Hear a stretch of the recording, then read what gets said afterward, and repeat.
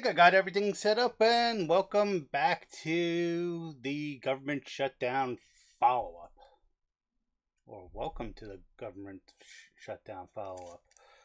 Well, but government's still shut down. Or the federal government of the United States is still shut down, and so what are we going to discuss on this live stream? So one of the things I was going to do is I set up a spreadsheet based off of some of the stuff that I was thinking about last time, last live stream, when the government actually shut down. So let's go ahead and pull up some of that stuff. So I will add another window here.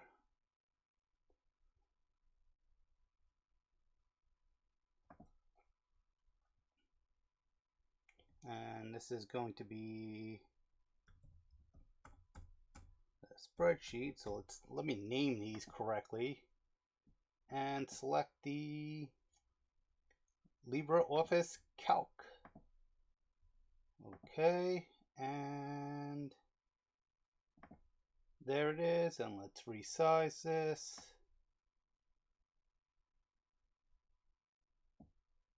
And that is up on top. Why is that? Let's bring that below. We'll put it there. Okay. And let me get a drink of water.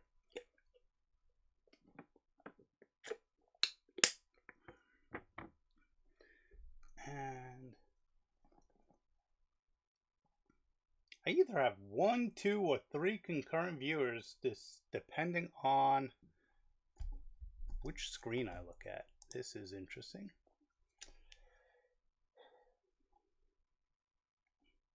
Okay, maybe let's make this,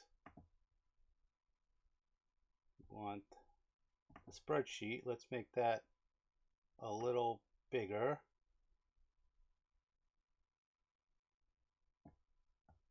Okay. So now these are all based off FY24. There are differences between FY24 and FY25 and what we're currently in, which is FY26, which those numbers would be all zero because there is no budget, which is the predicament we're in. So these were based off of, I believe, this site. Yes.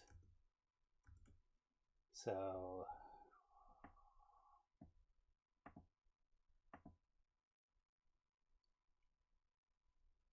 it's based off of this site here, which is,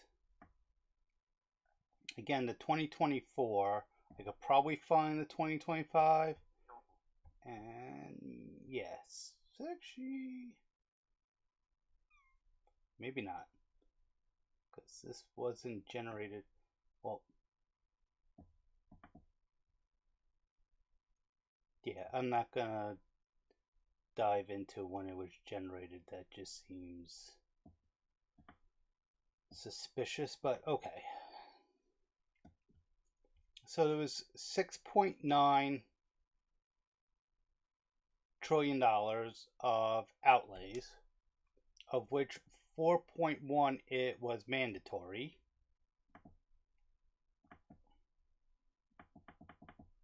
Hey, last time I was able to click on things. Oh, here it is. Okay, so this is the outlay. So 4.1 was mandatory. So 1.5 trillion was Social Security.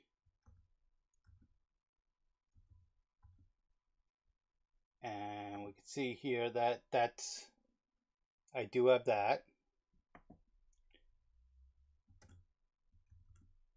The 0.865 billion was Medicare.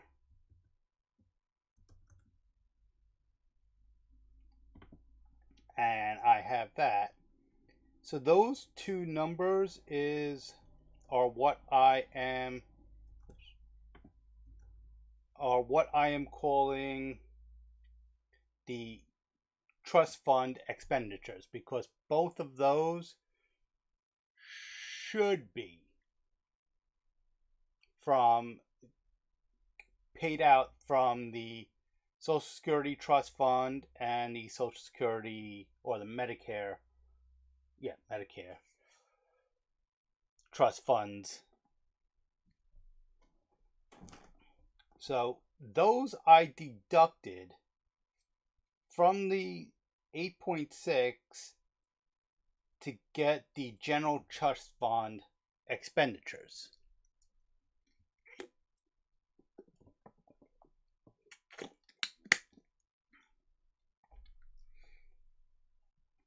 Of $4.435 trillion. All values are in billions of dollars. Hopefully I got all the decimal points right, because that would be very bad.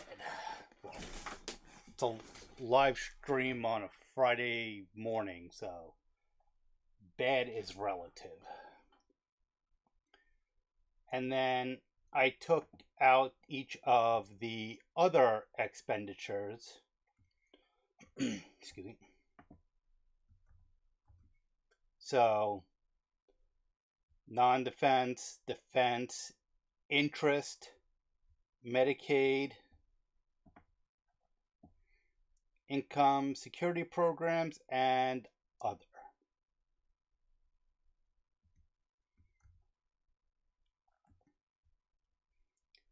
And we can look at those numbers here. So 9.6 or 0.96 trillion, or 21% of the general fund's expenditure.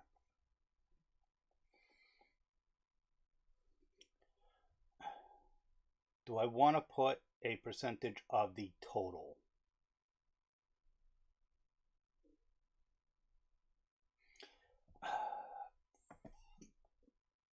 I don't like doing this because everybody does this, and it doesn't show the right picture.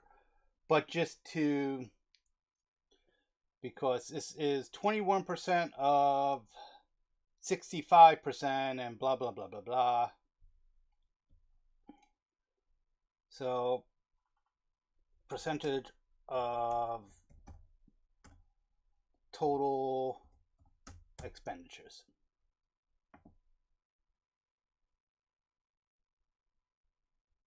So this is going to be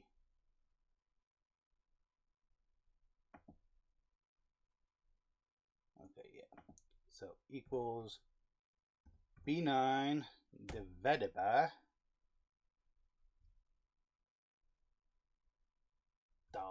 $B, $3, right? And we want to make that a percent. Okay. And we will roll those down. And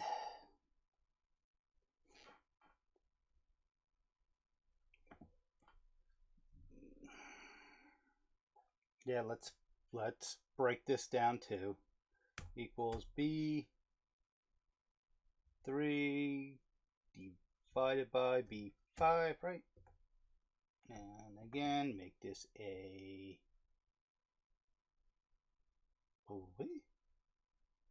B5 divided by B3, yeah. B3 B5 divided by B3. Yes, that makes a lot more sense. And B6 divided by B3.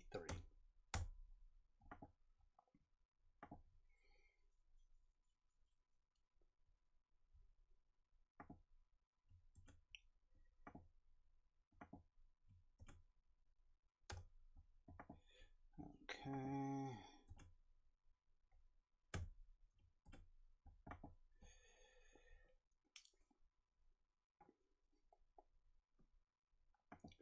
So out of the general fund, non-defense is, like I said, 0.96 trillion, which is 960 billion, however you want to say it. And that's 21.65 of the general fund and 14.12% of the total. I'm not going to probably be continuing to use the totals anymore. And what does that entail? That was non-defense we were talking about, right? Yeah. So non-defense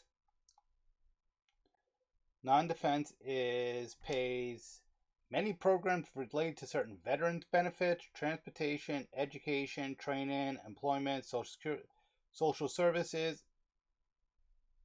and other activities. Okay. One of the things that it does not specifically mention is energy. That would be, well, energy is weird because it does have a defense component, but I don't think that it is considered as part of the defense budget. Same thing with Homeland Security. Does that? Yeah, so it says members of the military, so the Department of Homeland Security probably falls in there. But we'd have to do a more deep dive into the individual department budgets to really see that. And I don't have those readily available, so we'll have to look those up in a moment. So, non-defense. And we will get into those other mandatory funds and talk about how veterans benefits plays along with that. And the same thing with social services. Some of those social services go into the income security programs, kinda. And those other social services might be, I don't know how this is, again, laid out. Is Social Security, is this just how much we are paying out each year? And we can actually look that up, I believe. Give me a moment. I believe that is... I think that's this table. I have so many tables, and none of them are labeled. I should probably label them. Okay, so this is the total income to total costs. And the net change assets, okay. So I'm going to go with the total cost is what was paid. And 20, so yes, so it looks like roughly in 2024, and I don't know if these are bounded. So it says 2024, not FY24, so I'm assuming these are calendar years. Let's see if it says somewhere.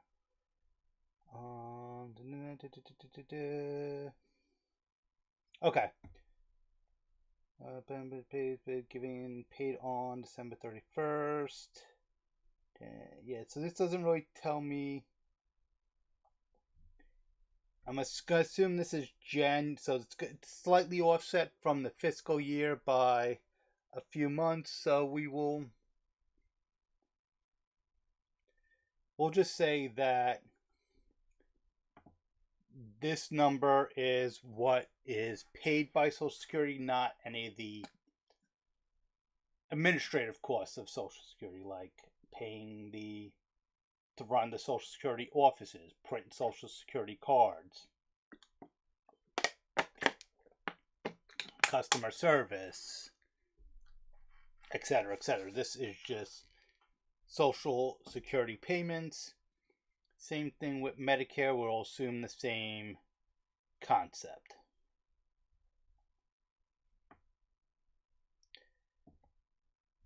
Now let's go back to our spreadsheet, and we have the defense, which again we said for this, I am going to say this is all of, that's not what I wanted, all of, why won't you go over? So all of the Department of Defense and probably a portion of the Department of Homeland Security that covers the Coast Guard, which is also a military department, and it will not include the other two non-military uniformed services. The National Oceanic Administration, National Oceanic Administration Commission and Corps, and the Public Health Service Commission and Corps. That. Then we have the income security, which we kind of touched on just a moment ago, but let's go back to that. And this consists of refundable portion of the earned income credit. So the non-refundable part doesn't get counted here. I guess that offsets revenue, so it's not paid out. So what I mean by that is, and I don't know the earned income credit. So say you have paid taxes on your W-2s for federal taxes, federal income taxes, not payroll taxes. That's what we'll get when we get to revenue. That's what we'll talk about that. But say $10,000,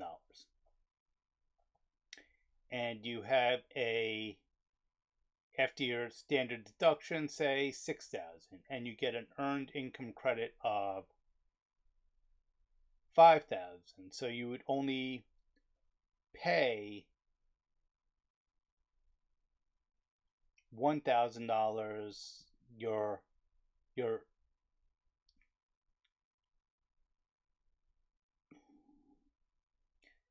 I don't really want to get into the whole thing, but let's say your total taxable income before the earned income credit is $6,000, you get a $5,000 earned income credit, your taxable income is $1,000. You had paid, like I said, $10,000 into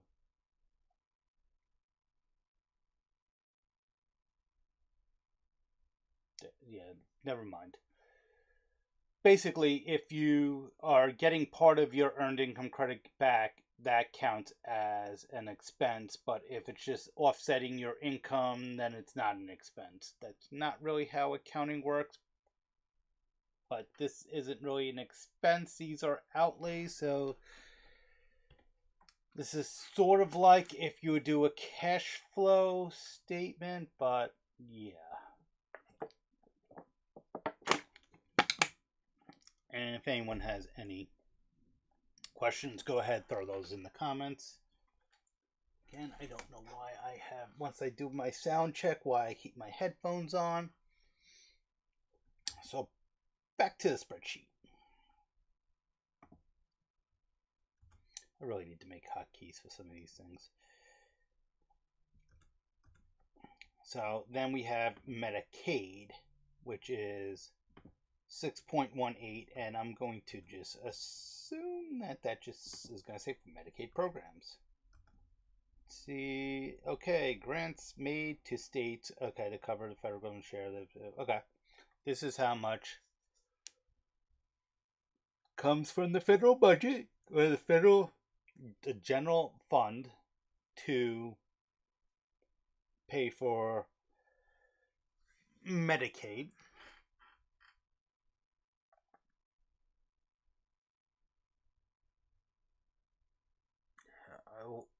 I kind of want to do some weird math like cost per person. But yeah.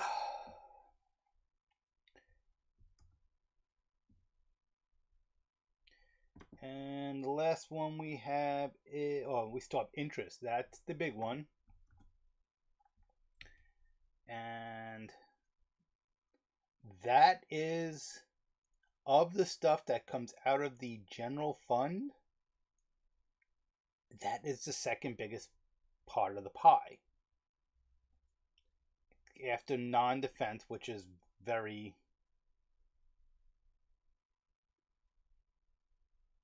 vague. But let's go back to the percentages.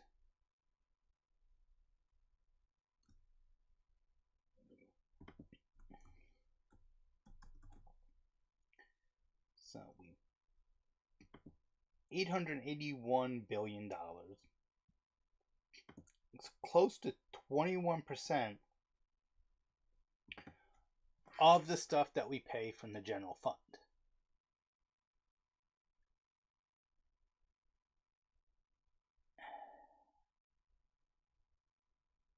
And 12% of the total budget, which is kind of misleading here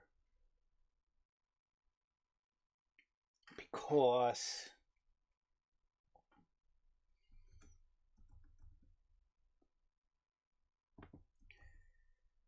of that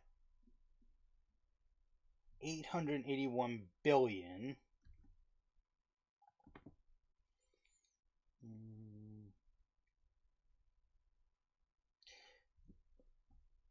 So this column is net interest.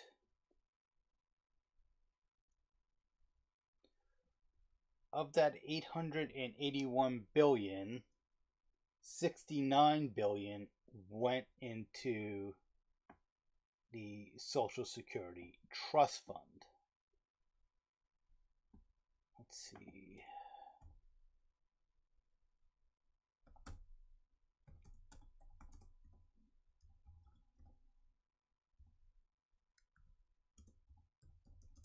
Let's see if I can find the Medicare Trust Fund data. It's probably going to be about 75, 7. Is this it?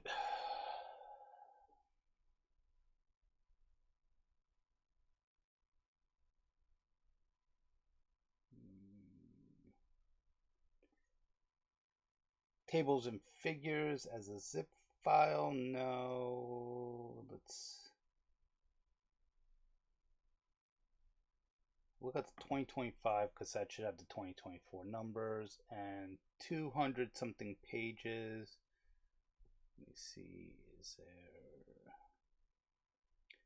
table, actuary analysis, blah blah blah. Part A, Part B, we can talk about that later. List of tables 256.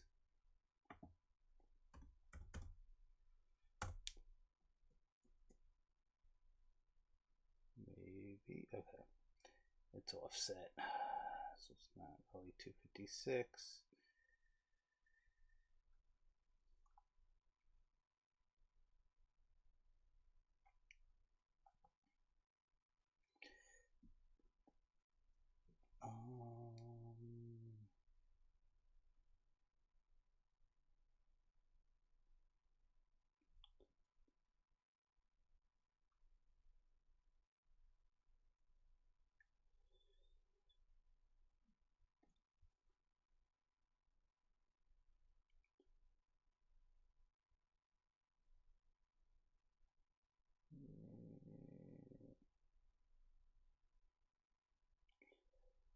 not seeing a clean table.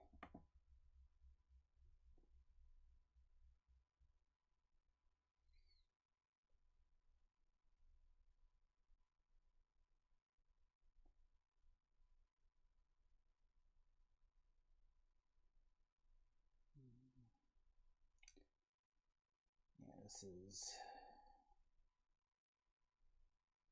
not what I was looking for.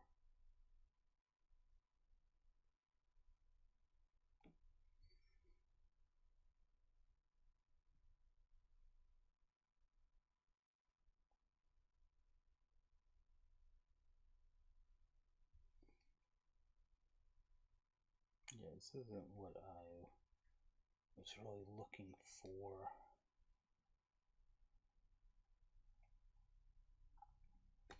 So HR, let me just make sure I'm getting this correct. So old age, disability insurance. Okay, so hospital surgeon, and so HI and SMI are the two that we're looking into. Okay. Just give me a second. I just want to, before I forget, throw this as a URL in my spreadsheet.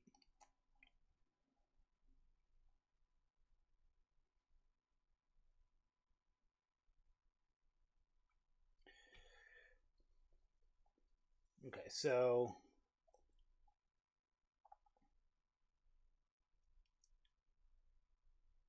so the HI is the only thing that gets income from the payroll taxes.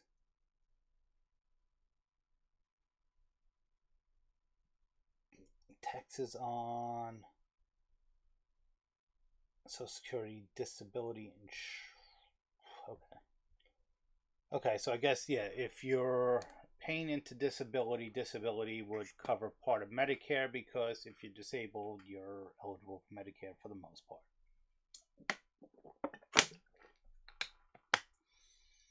Okay. Easy enough so far.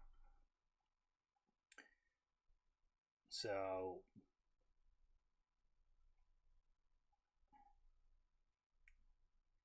63.7, so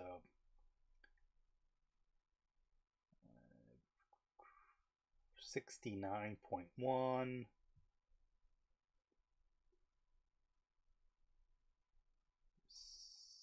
76.3, and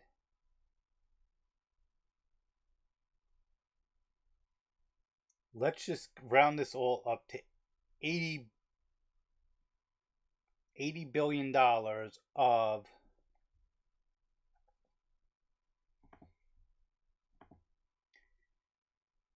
$80 billion of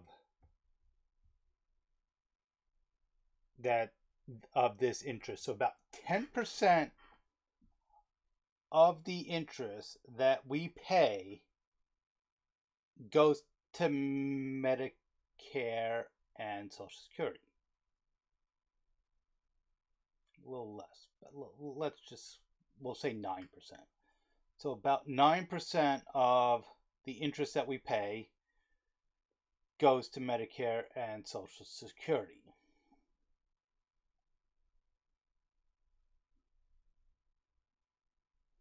And that doesn't, again, I had this somewhere, but let's just again go with the 2024 federal debt. So I'm not going to get a good number here. Historically, trying to get, okay.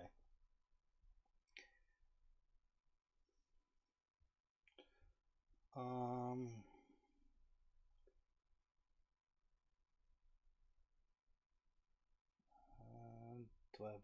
What the hell was that? Yeah, I didn't mean to click on that. Okay, maybe this is one of the things I need.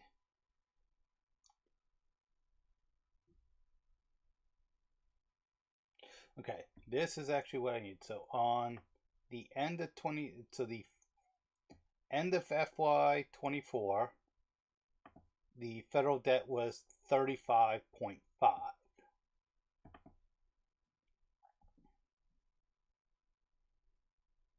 Which column do I want to look at? No, that's not the table I want.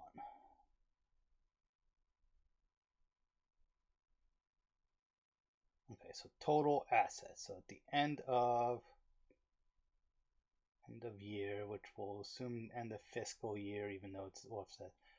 So 2.7 trillion. So yeah, so about 9%. And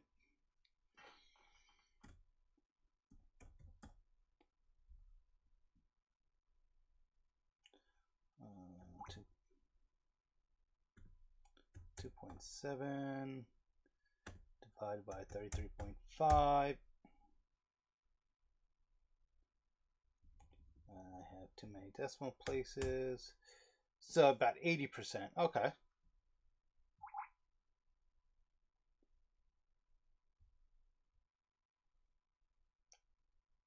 Not 80, but 8%.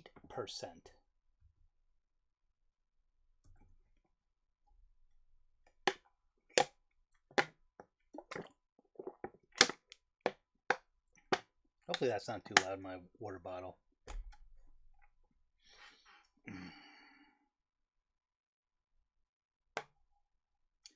Yeah, that's... I don't have a good methodology for analyzing this. So that's the problem with numbers, or with, yeah, well, with anything that you try to reason with.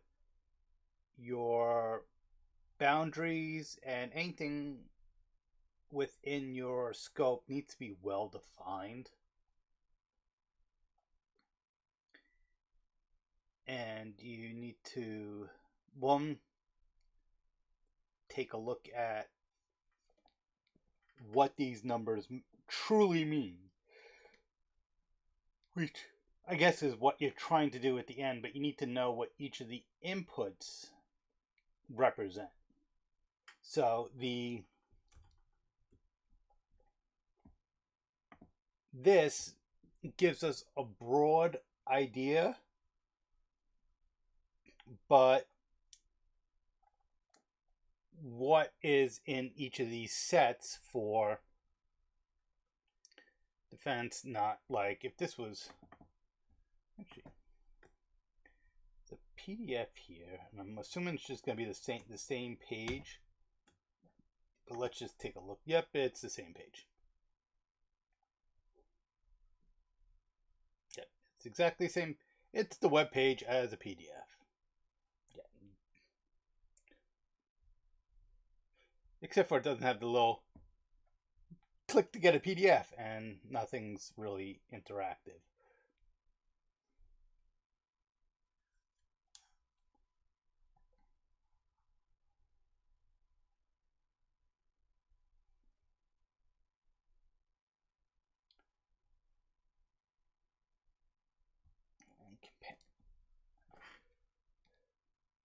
Comparing things to gross domestic product is meaningless. Comparing it to revenue makes sense. And again, not the total revenue, because the total revenue is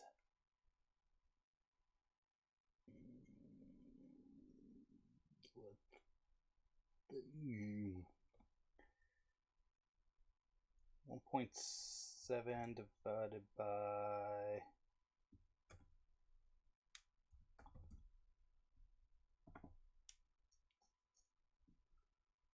1.7 divided by 4.9. So payroll taxes are about a third. So we can't. And the individual income taxes, the corporate taxes, so the 3.2 billion from everything else but payroll taxes. And would we say 1.8? So it's going to be about half, more than half. So 1.8 divided by 3.2, I think I already did this last time, is 56%.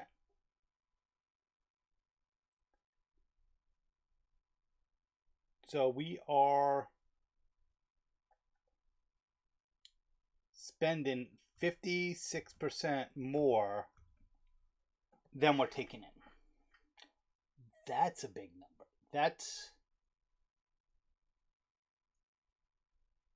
That's where the interest becomes unattainable, unsustainable.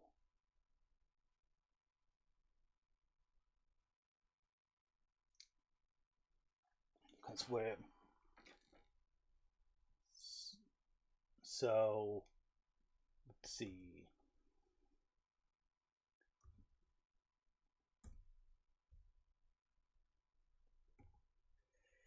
So 0.881, which is how much interest we're paying, divided by the 3.2 trillion that we're taking in that's not payroll taxes, is 27%. So 27 that's probably one of the more, that's a lot more significant than the GDP number, because having it as 6 point whatever of our GDP doesn't mean as much as that our interest on our debt is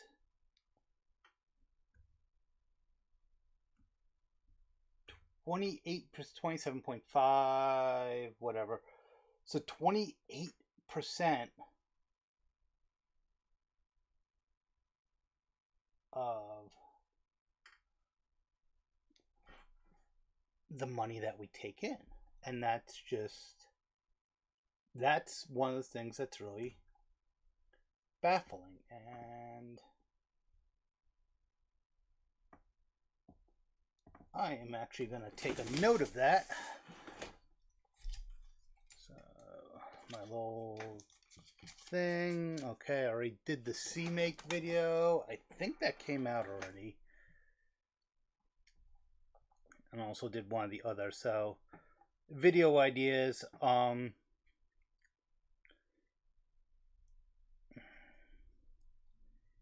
Is 28% of non-payroll tax income.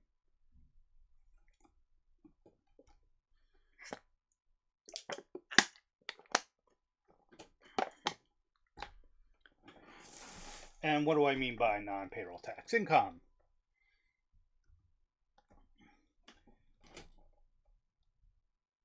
So this is the payroll taxes. This is what is, it might be listed as Social Security and Medicare on your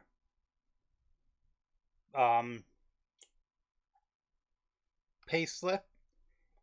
Sometimes, which I think has been more historical and more, I'd have to take a look at some of my more recent pay slip, but I think all of mine are broken down, but it could also be called FICA dependent on your payroll service, essentially.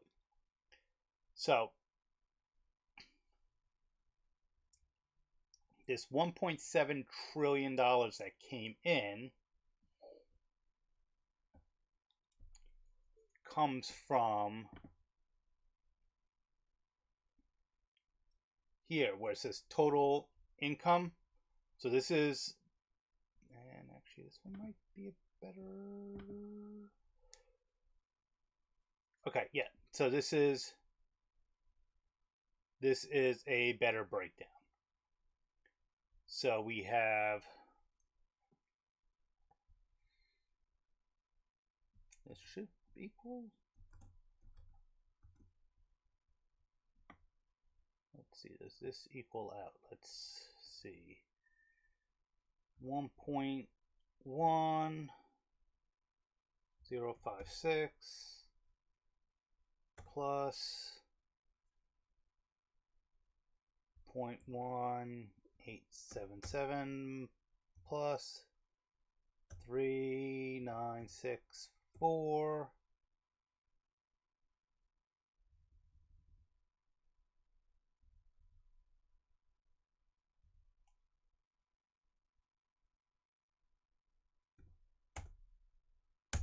equals 1.6, so close enough to 1.7. So this is what is being paid into the trust funds, the Social Security Trust Fund and the Medicare Trust Fund. These are technically two different trust funds, but I am lumping them together. And then taxes on benefits, that I believe taxes on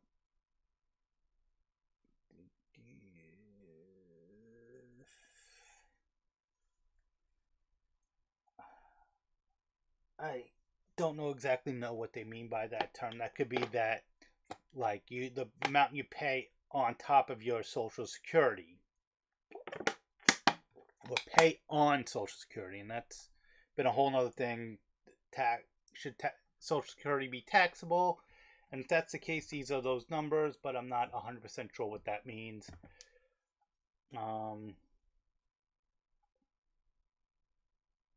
Totals do not necessarily equal the sum of rounded components. Okay, that makes sense.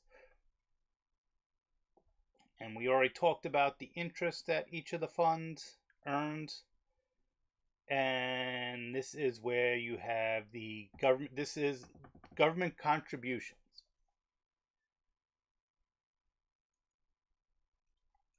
This is how much is coming out of the federal budget.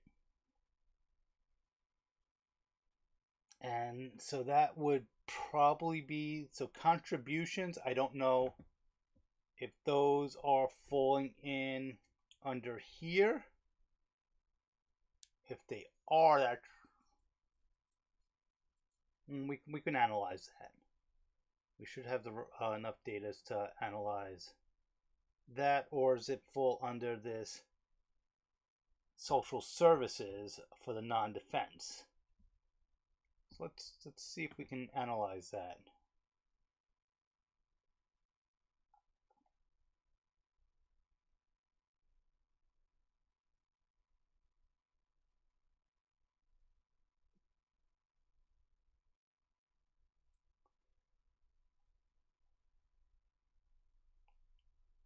So this is the total income. Let's see. Was table 4 the expenses?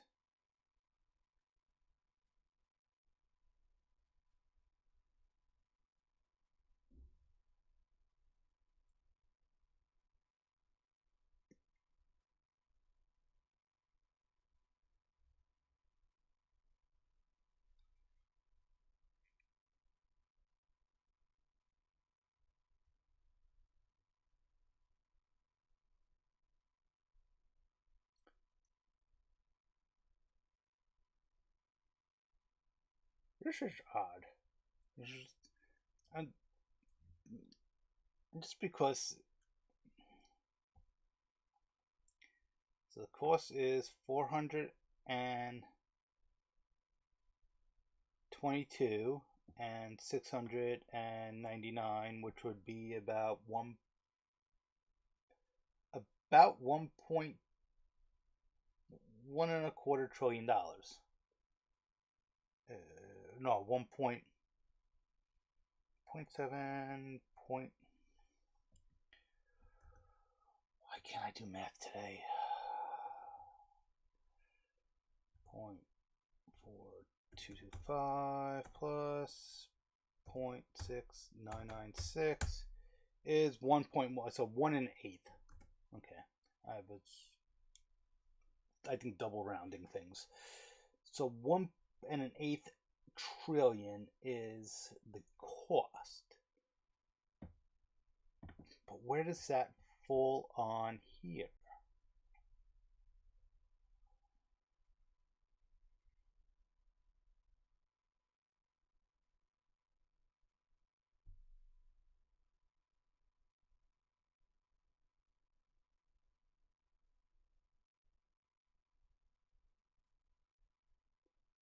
Okay, so again, part of the issue is that the the time frame for each of these is off, or it could be off. I don't know, like if this is the physical year from January 1st to December 31st, or the fiscal year from October 1st to September 30th. So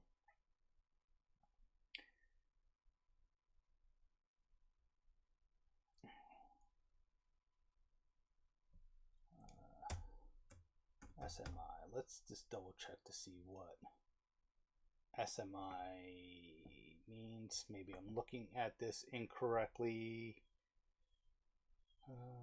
SMI, Supplemental Medical Insurance Trust Fund, is adequately financed into indefinite future because, unlike the other trust funds, its main financing serves enrolling beneficiary premiums and associated federal contributions from the Treasury are automatically adjusted each year to recover costs from upcoming year. Although the financing is assured, the rapidly rising SMI costs have been placing steady increased demand on the general taxpayer. Okay.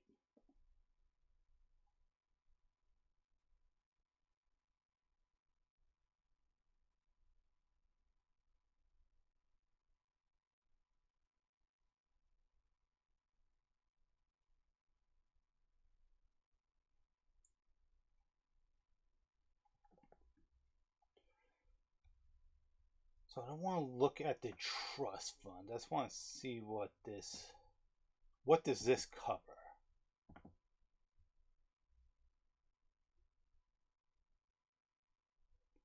And give me a moment while I try to figure something out.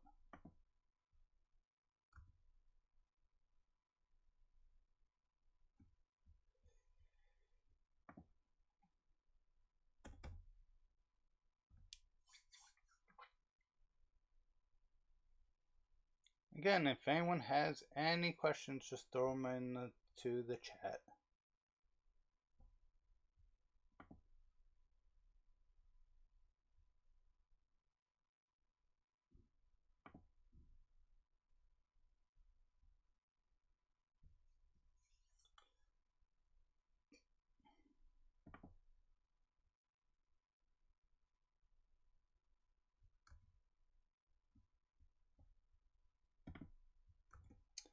So we're going to go ahead and ask AI Studio, Google's AI. What is covered by, and I don't think I copy and pasted that. I think I just did a search on it, so I have to copy it.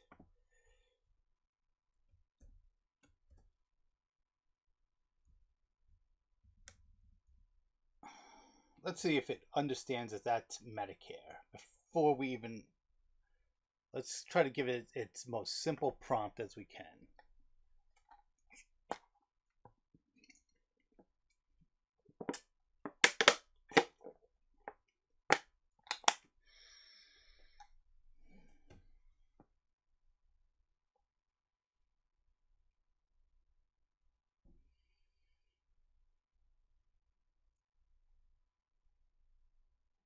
Okay.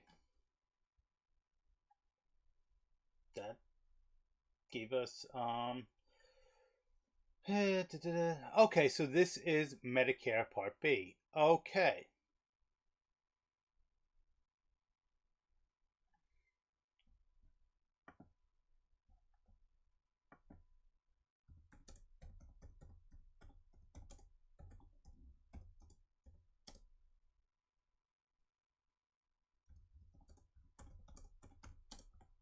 Let's see if we can find a non-AI source.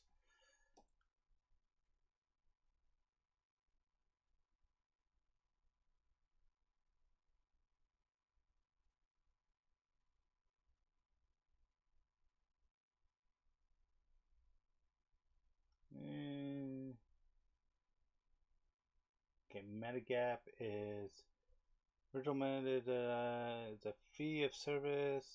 There's two parts, A and B. You typically pay a portion of the cost covered.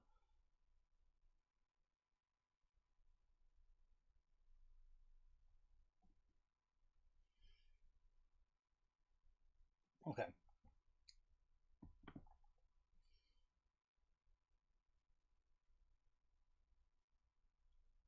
So this may not be correct, but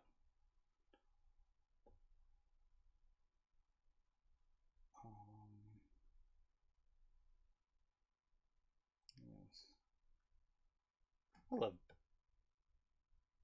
doing this one. This one could always end up finding.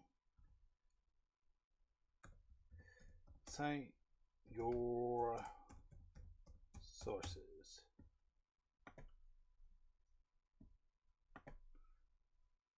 I always find that interesting. You tell AI to.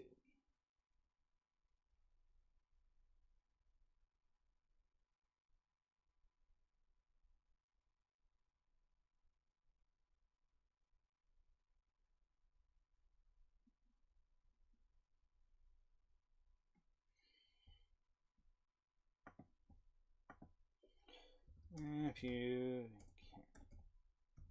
OpenAI, I believe usually ChatGPT usually I think will give you sources, but AI Studio may have learned from the atrocities that ChatGPT does with citing sources. My favorite is citing legal cases that don't exist and lawyers using that as evidence in briefings or citations in briefings. I always find that funny. You can't cite your sources, prove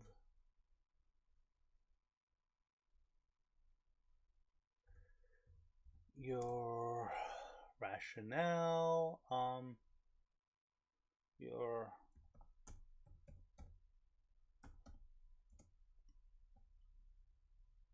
never asked that from AI Studio. Let's see how that one comes up.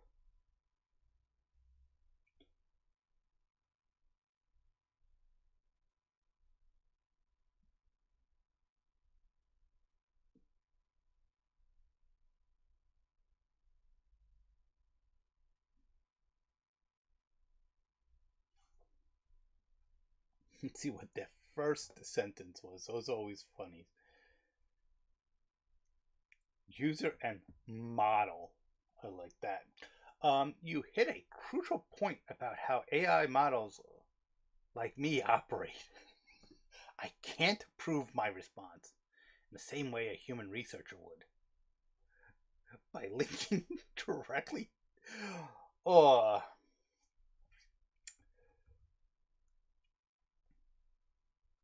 Okay.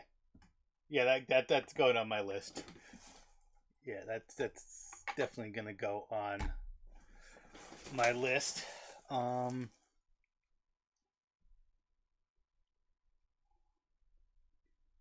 AI Studio response to wiring proof. And I'm gonna make that into a short. So there's a couple different ways I can do that. I could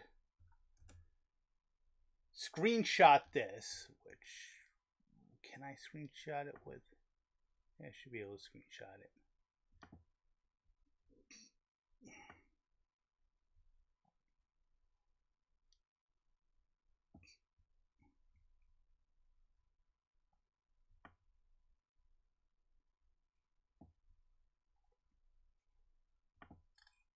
I'll have to find that later. It's saved somewhere. So, yeah, I just find that funny. Human analogy. Imagine you ask a highly experienced doctor about symptoms of a common cold. They won't pull out a specific medical journal article on the spot.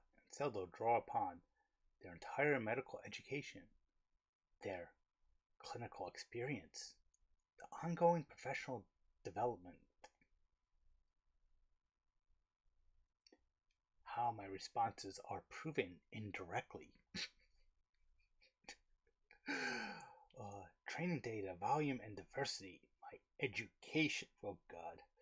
Uh, Consensus and verification. When I provide information, especially on factual topics like Medicare coverage, I am reflecting on a consensus of information.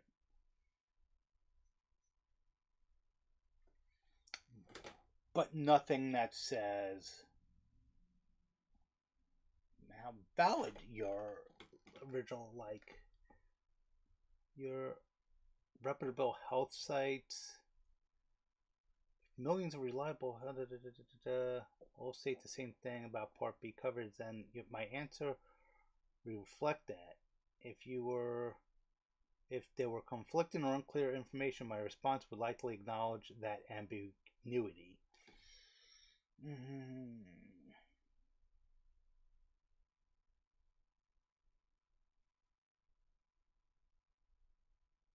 Okay, so this is a interesting one. So it's basically saying everything that you type here becomes training data.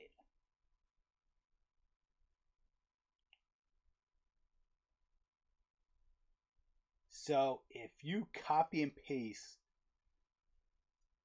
a manifesto of complete gibberish, not gibberish,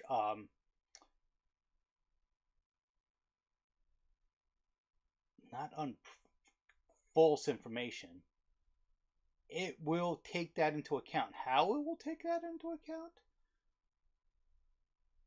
I have no idea. But I'm going to go with that, and I have found multiple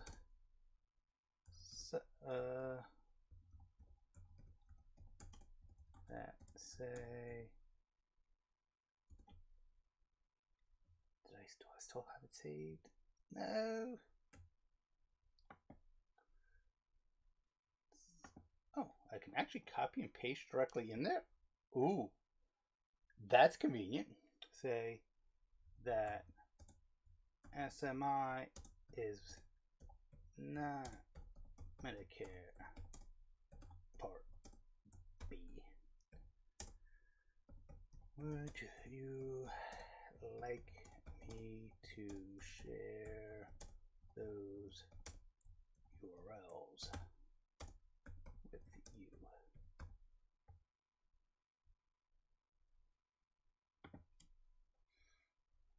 Oh, I'm gonna get some like weird response like, oh yeah, thank you for pointing that out. And yes, it would be absolutely appreciated for you to provide my ongoing base that it is that is indeed synonymous. Okay.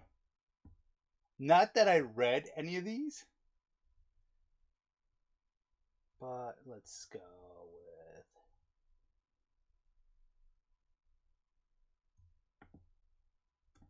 Nope, that's not what I wanted to do. Copy link address. Enter. I'm just gonna copy.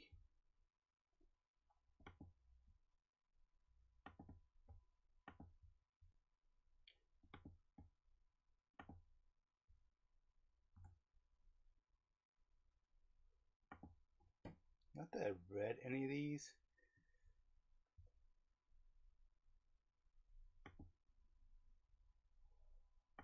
Besides the little snippet, but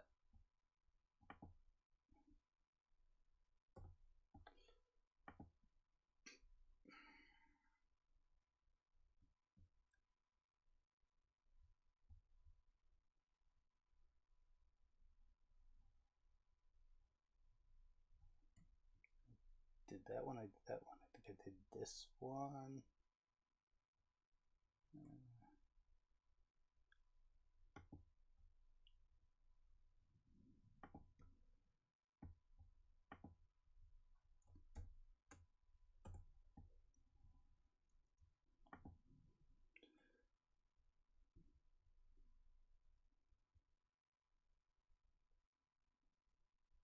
Okay, this one does include. So let's then we are going to include the actual search bar.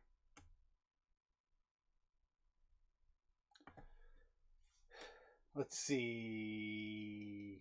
Thank you very much for sharing these links. I've reviewed them, and this is an excellent example of how terminating could sometimes be confusing and what is important and precise. Here are the. Oh, interesting.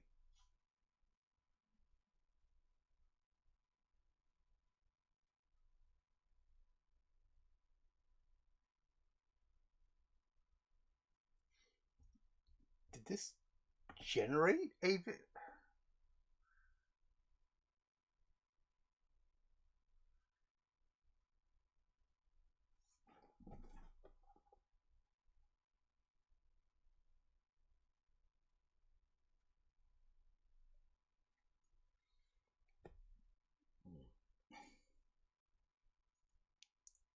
I just find this interesting.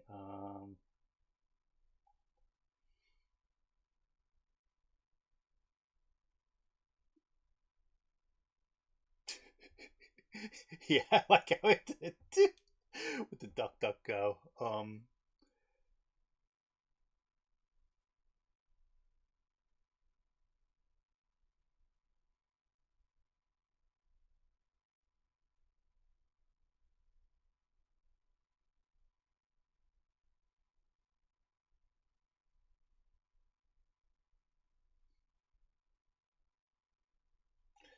Okay, it's kind of, sort of.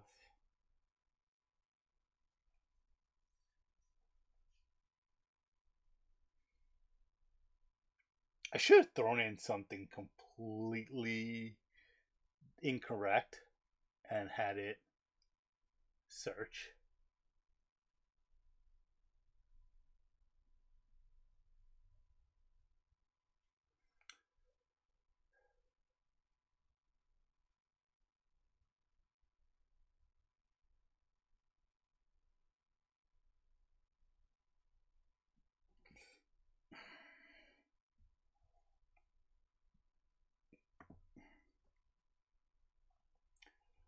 Let's see, 2024. So for security, trustee report. It's like a 124-page report, I believe.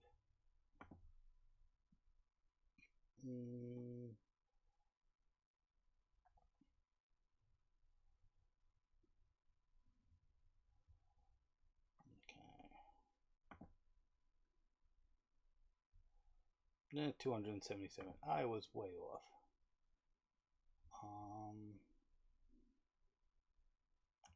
Yeah, I should probably make a whole new directory on this.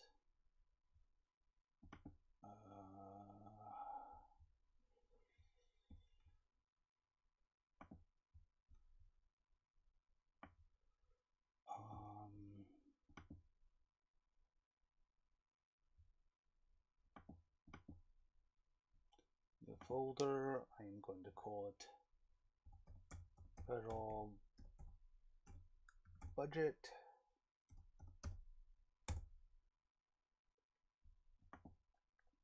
I'm not going to move that file yet because I have it open. Oh, yeah. You're just looking at a gray screen because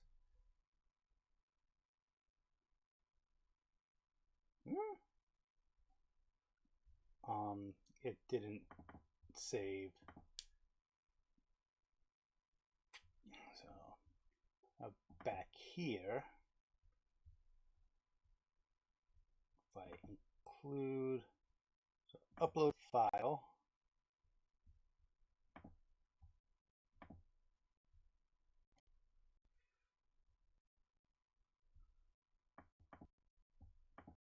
let's see, I'm probably going to max out on tokens on this.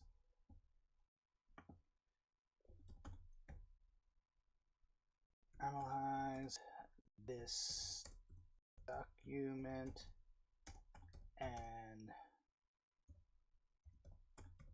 down the reasons for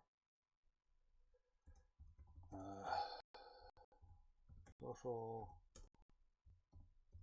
security trust fund becoming depleted by the year they claim. And token count for this prompt has been exceeded. Reduce the prompt size to, okay. Oh, what is the,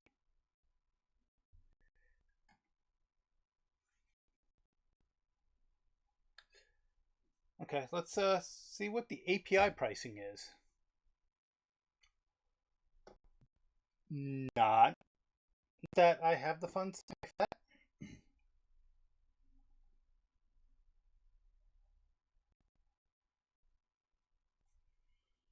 Okay, certain models, okay. AI Studio Access, okay.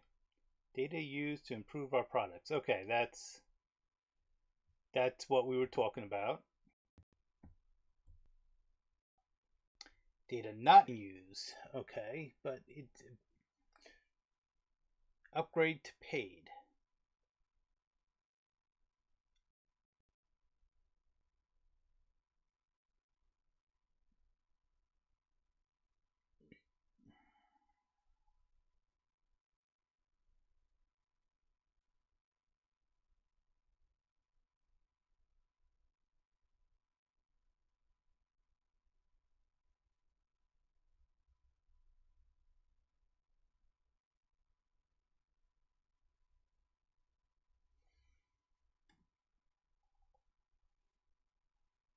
Okay, so free tier is free.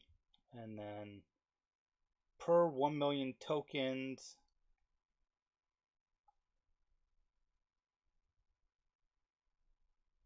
so $2.50 per thousand. So this prompt, which was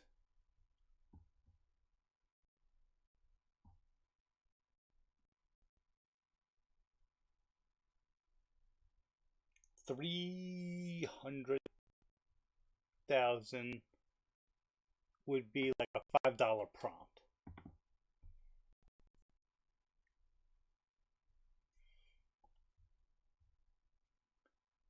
let's just say so like $3.75 prompt.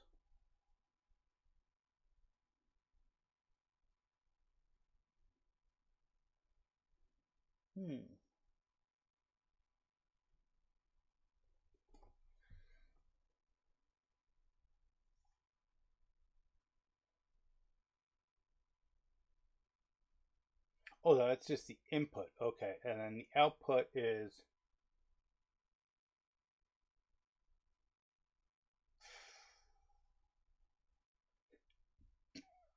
thinking tokens.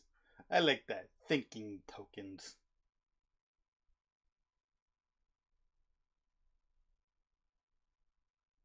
We've really gone off on a tangent, haven't we?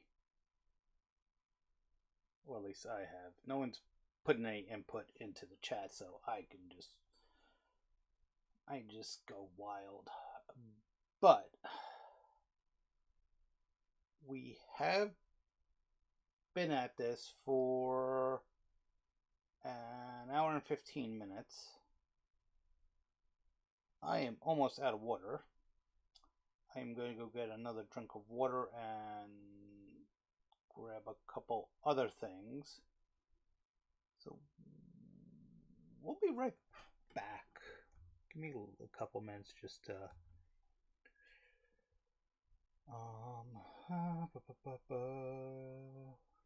yeah, give me just a couple minutes. I'll be right back.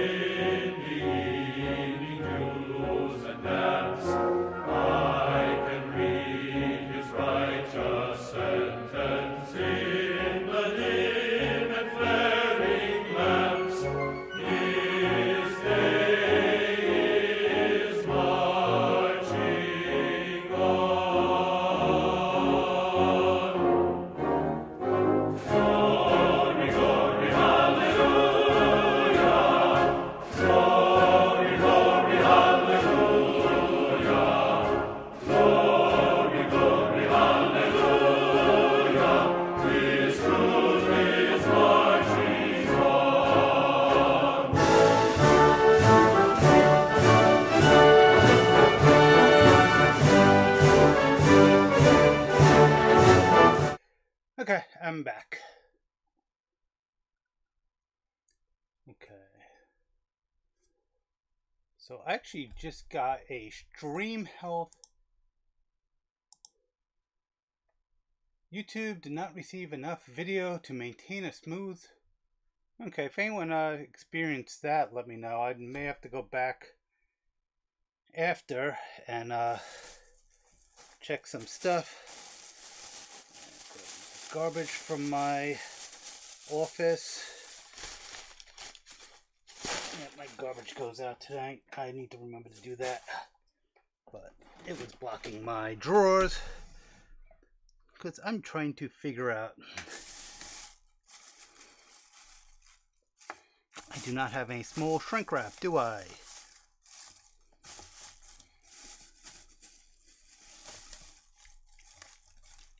Oh, I do have small shrink wrap.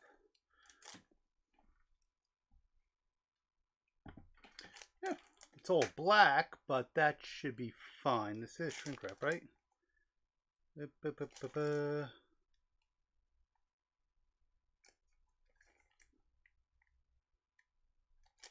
Yeah, I'm assuming this is... Don't see what else it could be. I have a lot of breadboards, but I don't have enough space to do anything with them. So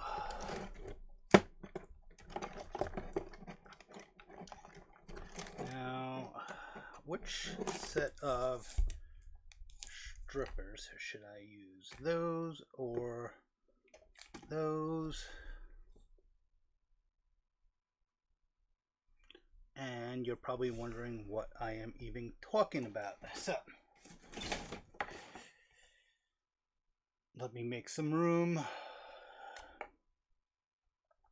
Okay, so I'm going to put the strippers off to the side where I normally have that. Well, the yellow ones, the red ones, I don't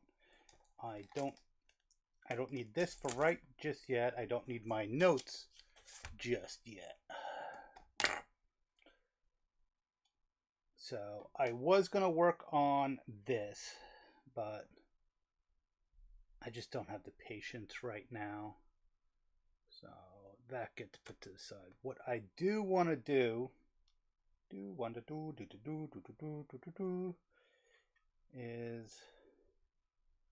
I want to put better leads on. Hold on a second.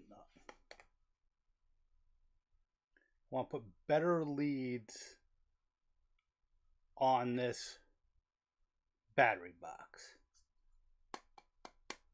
I think it's empty, but I want to open it up before I start soldering things on a open box. So for that, I am going to need my screwdrivers.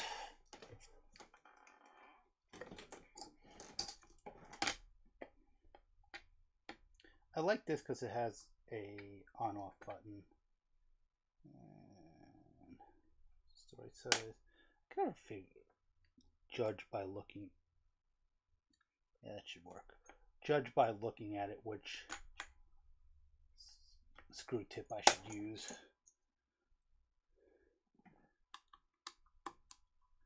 Yeah, that opens fine.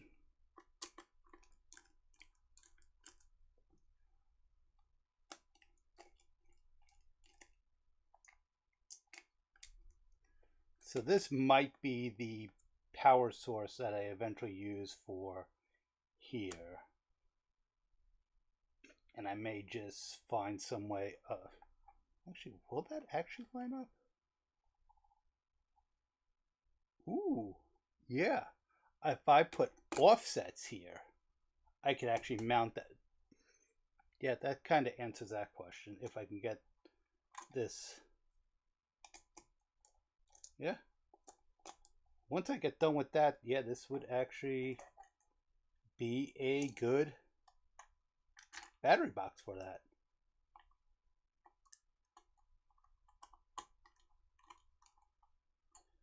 Come on, unscrew.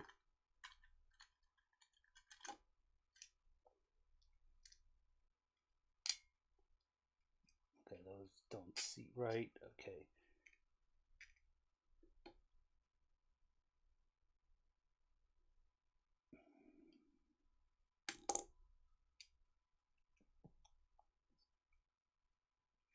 Okay, so these screws do not seat, so they pop out if you turn them upside down. 1, 2, 3, and did I just lose a screw?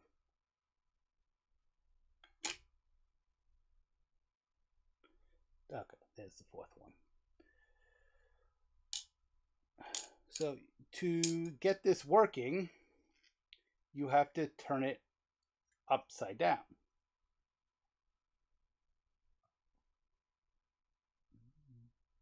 But to turn it upside down, you would drop the screws. Okay, so no batteries are in here. That's what I thought. Now I'm going to close this up because I am going to lose these screws. As you can clearly see, this does look... Yeah, because the nuts are on this side. If the nuts were... Well,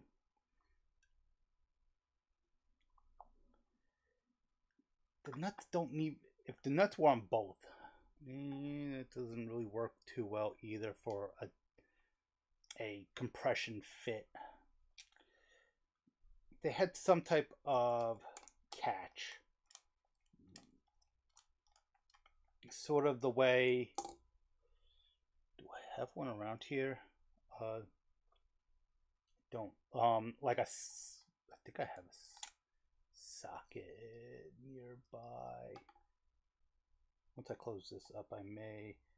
Give me like 30 seconds to go find a socket, which I think I have one just a few feet away. I'm going to give myself, yeah, like 30 seconds to a minute to find it, and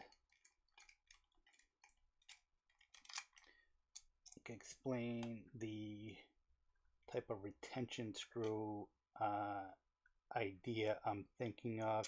And again, because you want a compression fitting and you don't want any gaps, I can see why you wouldn't use that, but let me just be right back. I'm going to set a break.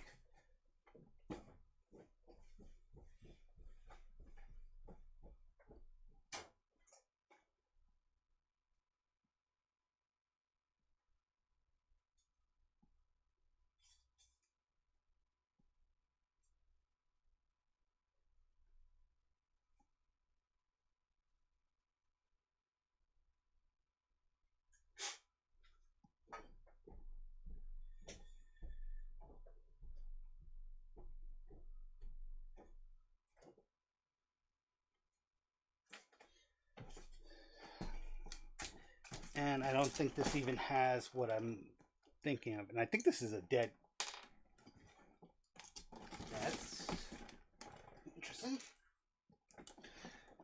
The back cap off of this just fell off. And that's so if you don't have the case, you can just throw in the tips that you would normally need.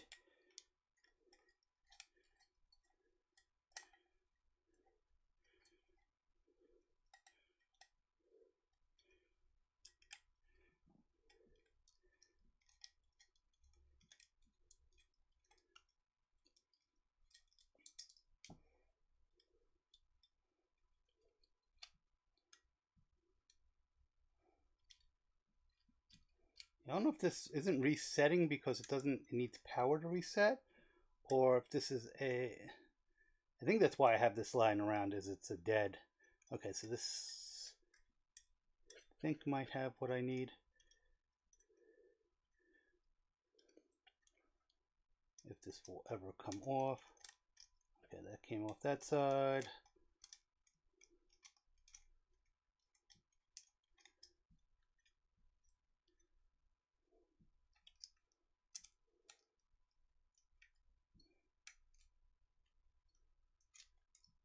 That came off that side. And I need to find a place to put that, but for now, what I'm talking about are... Yeah, it doesn't have it. So this kind of just holds that in there. And I think it's really supposed to... And that was the exact opposite of what I wanted to show. So I lost the other screw. somewhere on my floor right now. Normally I would say it doesn't matter, but well, let me see if what I'm thinking will actually work. Will this? Nah. If the I'd have to basically tap into that. So I was going to use that as these offset screws for here, but they're just a little too big. So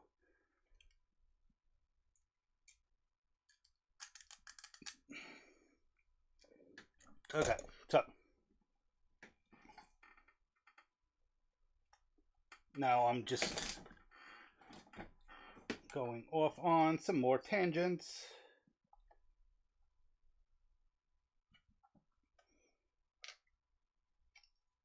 I really want to fix my ring light here. That could be a project for another live stream. So as of right now, I don't know what my schedule is like, if I'm going to, when I'm going to do another live stream. I do enjoy these. So, turn on. And I forgot my water. It just turned on my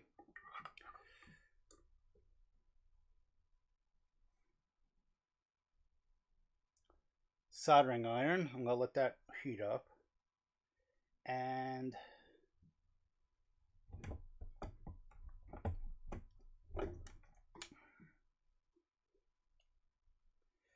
let's see. Yeah, this one is friction fed, so I could, no, I can't. My other project I will do with crimps, and I will talk about that later.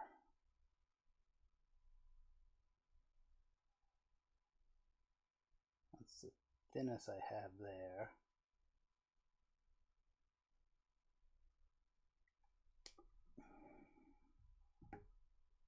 I think I took part of the metal with that one, so maybe that one,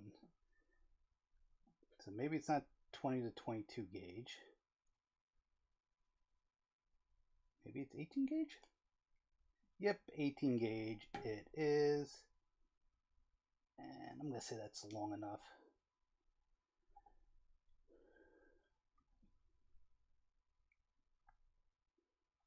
I need to make a, like a banner, sort of how I have my logo and my subscribe, to have, hey, I'm just doing stuff, waiting for somebody to say something in the chat. Because people are just going to come in here like, oh, what's this guy doing? Maybe it's not 18. Just put it in the 18. Okay. It took 2 tries. So be it. Now, I need red, and I need black, and I don't need that much of it.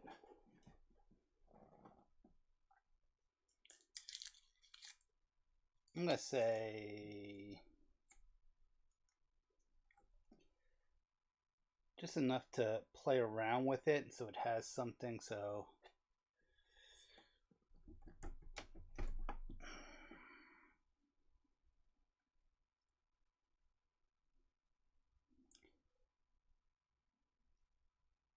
I'm going to go with the length of the, no, I'm not even on screen, the length of the cutter, just so I have some rationale for the length I'm using. So the -1, so I don't need, unless I screw something up, I don't need this anymore for this project, so let's put that away.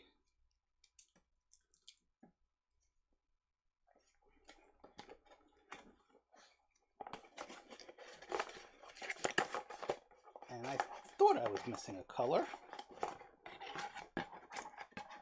So I got, and I'm like, oh wait, then I have an ant in there. This was on my desk. So I still need to build a good spool system that I can use. So I'm not just throwing stuff in and out of a box, because that's not very efficient. And for the positive, I'm going to, just because it's easier to, and it doesn't need to be perfect. I just want something relatively the same size.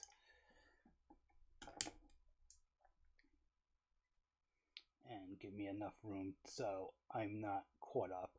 And if I do use this box, which when I do finish this, I am planning on it, I'm gonna cut these down again anyway. But I do want to use this box for some other projects. Once I get this box together and make a mess, because I think I just dropped all my wire. Nope, I didn't drop my wire, but I should probably close the box, and the box doesn't like to close. Oh, okay, so I'm an idiot. It actually has the spots where I can run them out. So there's that. And like I said, I forgot my water. Maybe in like 5 minutes. Probably should have grabbed that while I was waiting for everything to heat up. But for these, I'm going to use this just because I like the spring action, and it just seems a lot easier. So that's roughly the same size.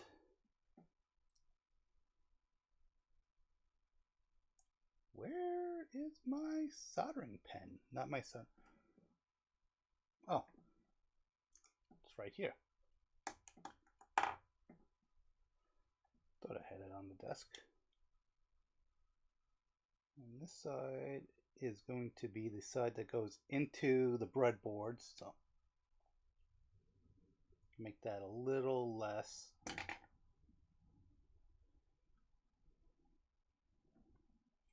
We'll do the same, roughly, the other. My soldering iron is definitely heating up. I can smell it. Really should do some type of vent.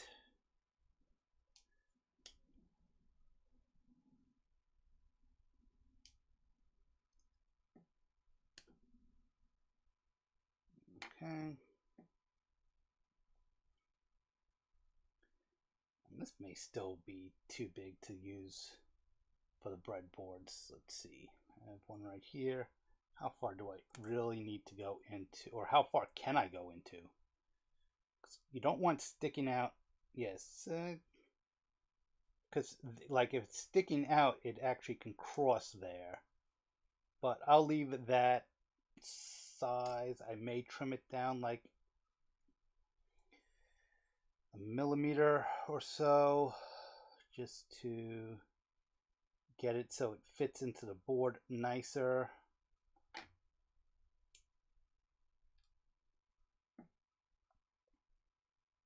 I'm actually going to compare it to a couple different boards, but so I'm going to bend these at right angles or close to right angles, so I know which side I am dealing with, and I shouldn't need to cut anything again for a little bit.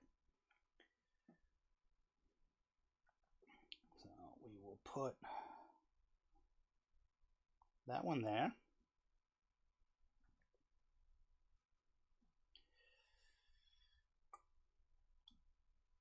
Okay, first I need to find a better way to do this, is I am going to put flux on the ends. And I really need to buy another flux pen. This one is starting to... So I have flux on that side.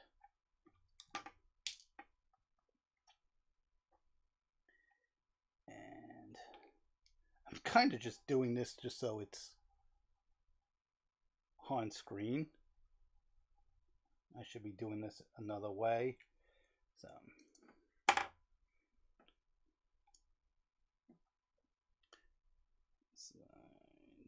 give a little bit of slack there. Same thing here. And so this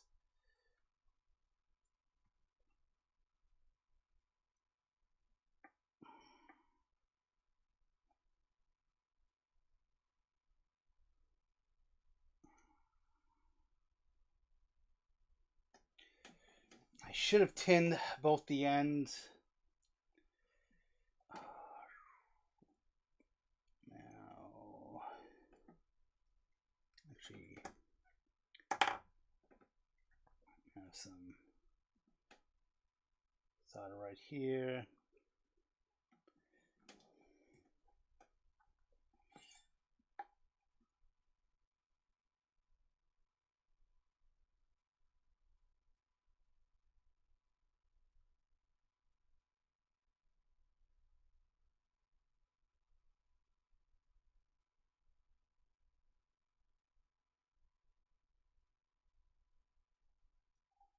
Yeah, good enough, I think.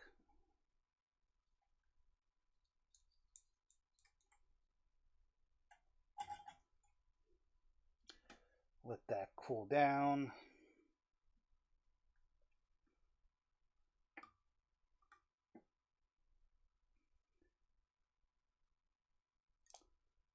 While that is cooling down, we'll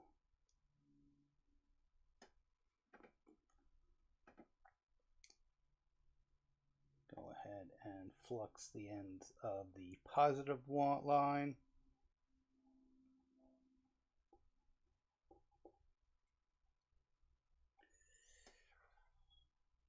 And just be careful with this one.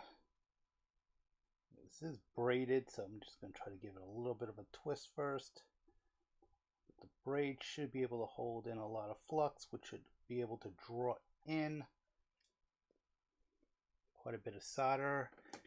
And let's go ahead and release this, release that. Okay. I'm actually pretty happy with that. This tool is definitely makes things a lot easier to solder wires together.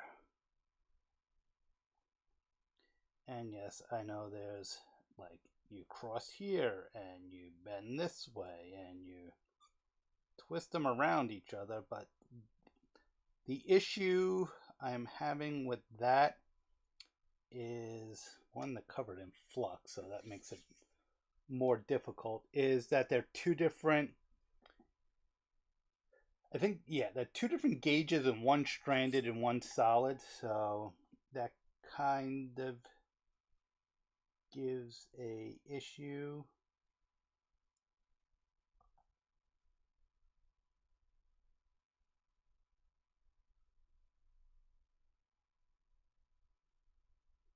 I can make a tutorial on this, but I'm probably not the right one to, as you can tell, actually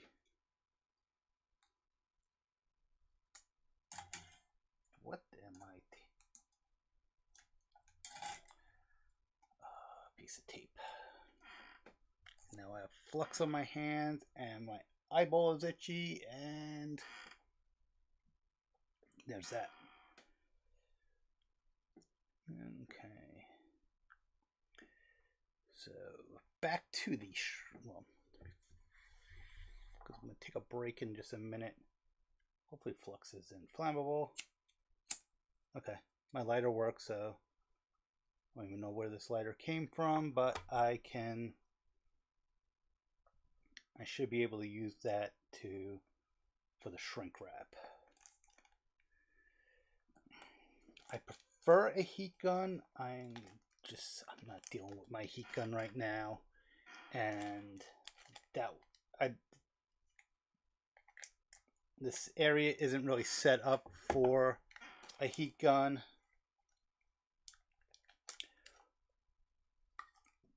If these were steel, actually, I can even probably.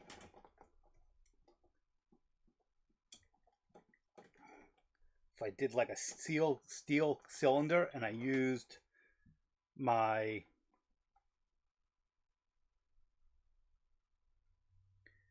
inverter, not my inverter, my inductor, and heated it up. So I'm not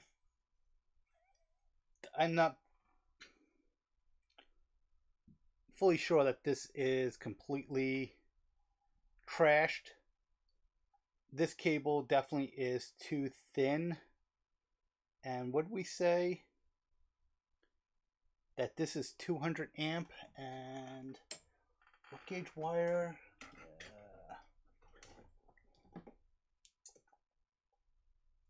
Gauge wire for 20 amp.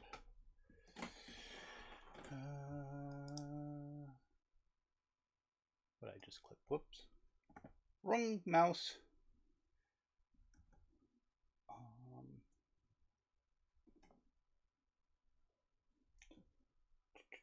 So close that. So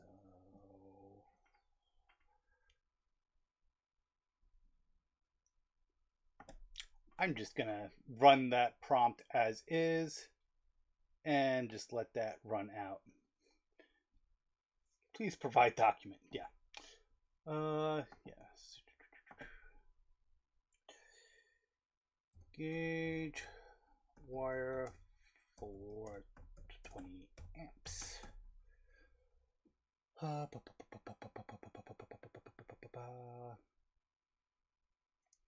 a gauge. Yeah, be nice if I spelled use the right gauge.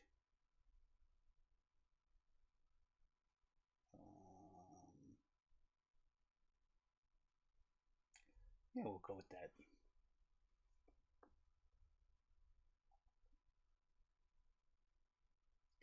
The correct gauge wire is 12.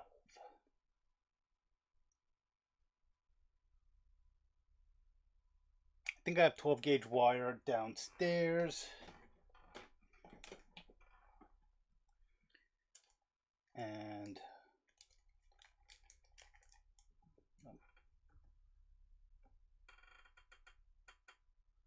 we'll deal with that at another time. I am not set up for that. Like I'm set up for any of this.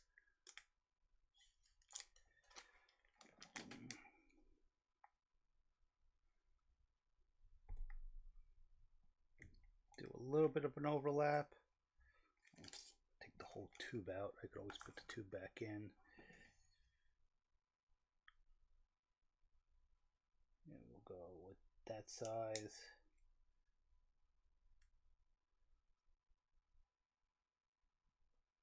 And I'll assume that size again. Again, if it would be nice if I had multicolored, but just for the joint. And somewhere in one of my bags, I think I have red electrical tape, so I can always just coat it with red electrical tape. Okay, so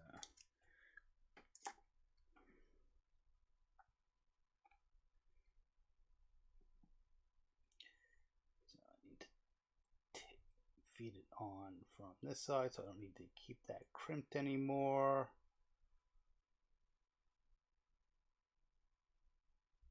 This is already pretty tight, so that should. Okay.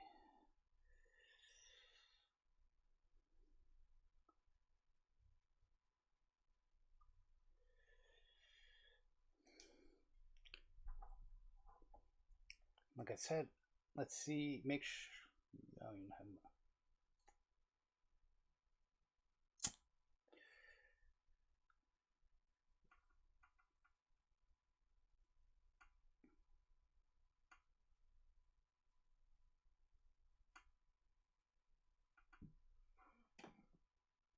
I think that's shrinking. Does anyone remember Shrinky Dinks?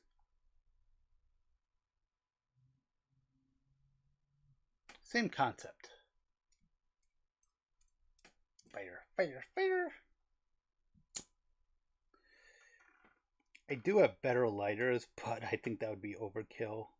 The kind of torchlight, and I think I may have one.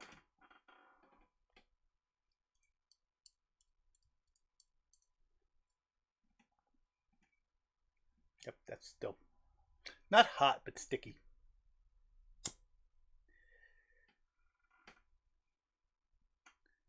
After I get this,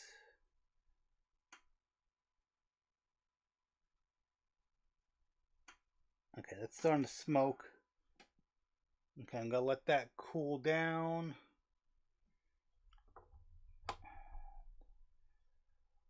While I let that cool down,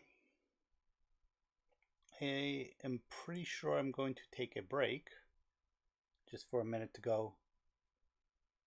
Ooh, I'm looking at the replay, and the flame looks interested on camera.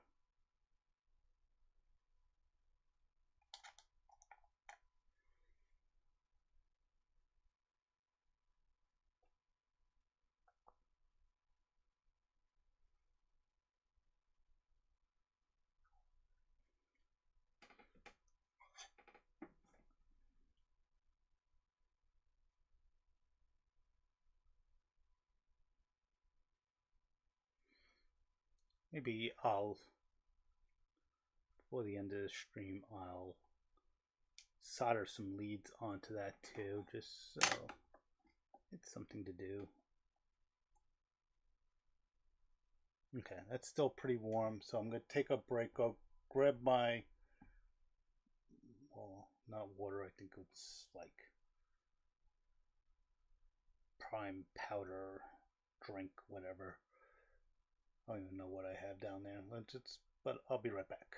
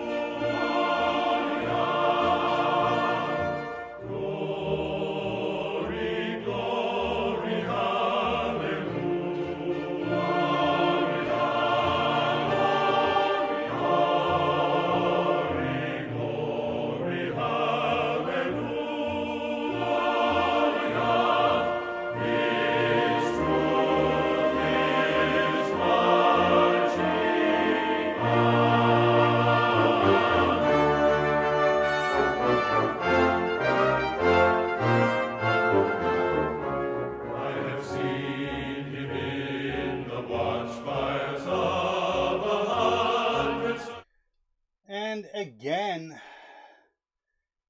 it's not receiving enough data. So right now, let's go to the system monitor. I'll have to turn off the video And I am, between everything that is running, I'm using almost all of the cores. Not that this is a high performance system. This is like a 15-year-old laptop.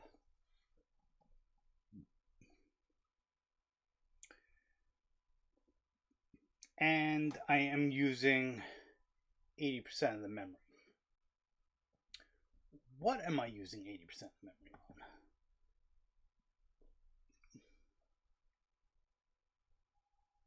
on? Interesting. It still hasn't cleared that error message. Wonder why. So, probably because I have all these instances of Chrome. So, CPU wise, OBS is taking up about 50%. Okay, and 1.5 gigs of memory out of 8 gigs. I think I could put more in here. I don't want to take apart this laptop. You have to take the whole keyboard off, and I think I may design a desktop for streaming, because I'll use this computer to do my recording, but I will design something where I mount on this table, maybe, because this is just a cheapy snack table. It became a lot easier to use a cheap wooden snack table. So one of the things I was going to do is design. Let me just okay, that's right. Oh well, caught my finger. Well, caught my nail, so it didn't hurt, but is design. I wanted to design something that basically fits over it like a box, like the way like a shoebox fits over. And I have a shoebox lid, but I don't have a shoebox. So it would sit over it, so I wouldn't have to. Even though I don't care if I drill holes in this, but it would. Then I can make it modular, so I can have one. I think I said about 5 to 6 inches higher would make it easier to solder, so I'm not leaning over, which would be more ergonomic. So I could have a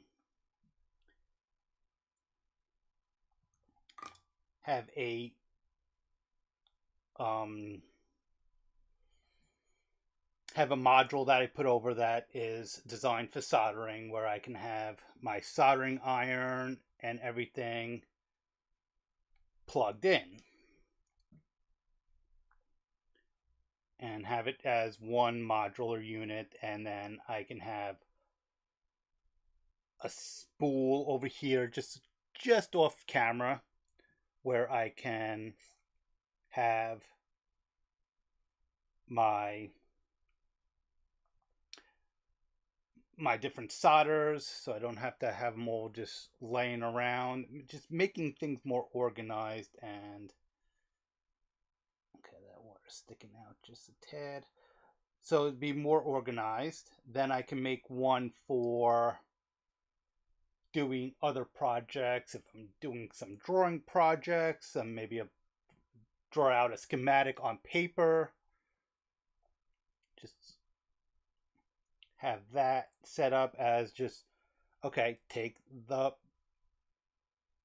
box top off, put that over there. And then, because this would be raised up a few inches, I could put storage underneath. And then I can also, on the bottom of this, maybe mount just a small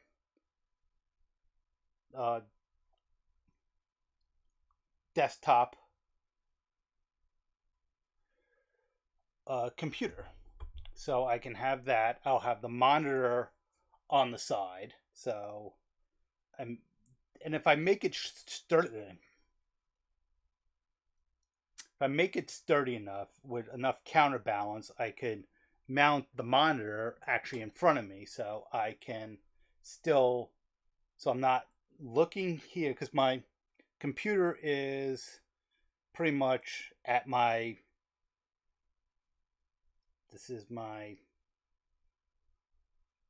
12 o'clock, 11 o'clock, 10 o'clock, almost my 8 o'clock. So I have to pivot completely back to look at anything. And then I do have a monitor more at my, say, 10 o'clock that I can just like glance over and go, oh, I have the wrong screen from OBS. And I can put another monitor where I can be doing stuff off screen. So I can have my OBS monitor here, which is what I have so I can see what's on screen, but I'm constantly switching back between OBS and the other programs to make sure that I have the video camera. And then I'm like, okay, so I don't need the video camera. I need the system monitor. Oh, yeah, I don't need the system monitor. I need the terminal. And oh, I don't need the terminal. I need the website. So, but then I'm like, I'll start working in one of the programs. I'll search over and not realize that I did switch over. And this is still. Why? Why is it taking.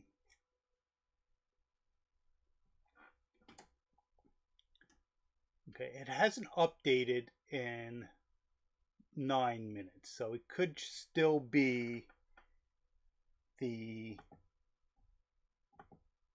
could still be that it's just the stream health is just looking at something old and hasn't updated. Okay, I'll go back to that in a little bit.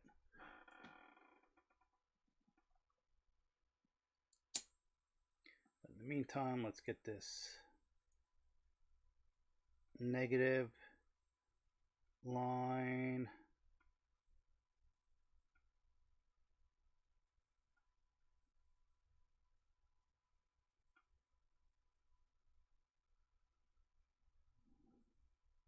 Okay, give that a minute. Take a drink because I actually went thing over and got it.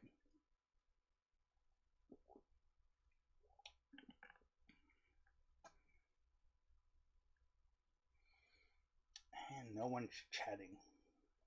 No one's really here either.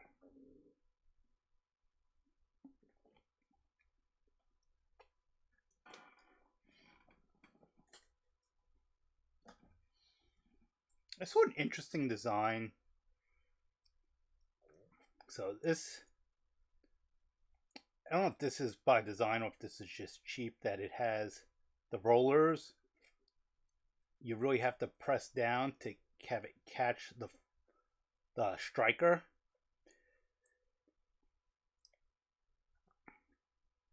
But, and raise. Yeah, I think that's as high as the flame goes. But if you use this, the flame is right here. It's on the striker. This is metal. It conducts the heat. So you light it, you're holding the button. As long as you're not holding it like that, you're not going to burn your finger. But then once it goes out and you go to strike it again, this in most lighters, this one not so much, but I'm not really using it that long, gets very hot. So the one I saw had it when you first strike it, and I forget how it's all mechanicals. So when you first strike it, the gas is almost pointing straight in there, so when the sparks go.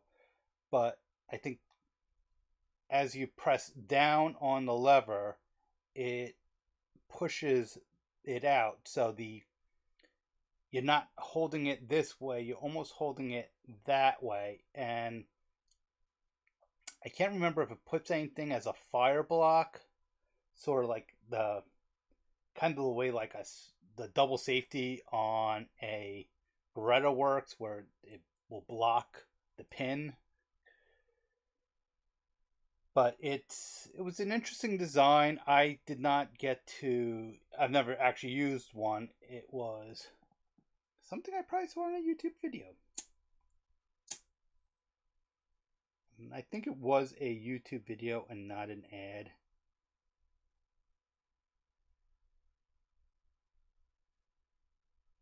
Okay, the flame is a lot higher now. I thought it was all the way. And the striker is definitely getting hot right now. I'm going to give it another couple seconds just to...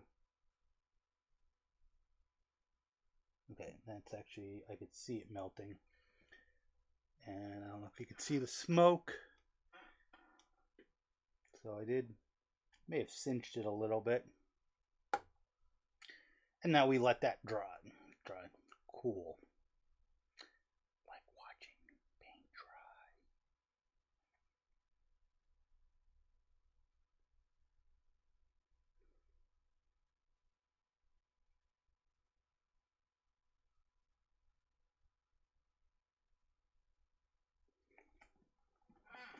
So while that's drying, cooling. Well, it's kind of drying because it's kind of it's gonna be tacky if I grab it.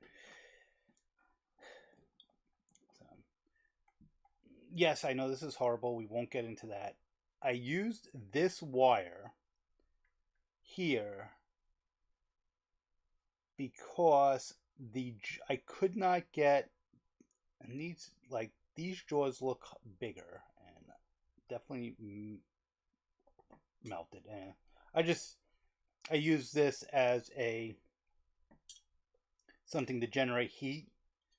This is all insulated. I wish I could find more wire like this where it has a high temperature insulation on it, because what I can do is then expand this coil out. And I've seen some of these inverters where they only have 2 or 3 coils, but I don't know the math. I think the more coils, the less energy for the same amount of heat, essentially. But I want to make it go around a piece of steel pipe, and I want to make a water heater. Well, that's one of the projects. The other thing I can do is hacksaw off the top of this and plop that in, and I have a little crucible, and I can melt some aluminum. So back to this. I do have 12 gauge wire, and I have both. I did check. I have both black and red. If I can get that to go directly into the power supply, which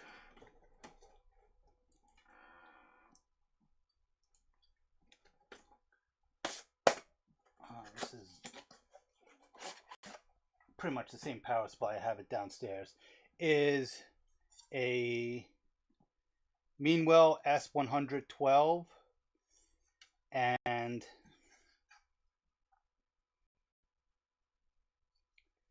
it has an 8.5 amp output, which is why I think I thought I can get away with those thinner wires.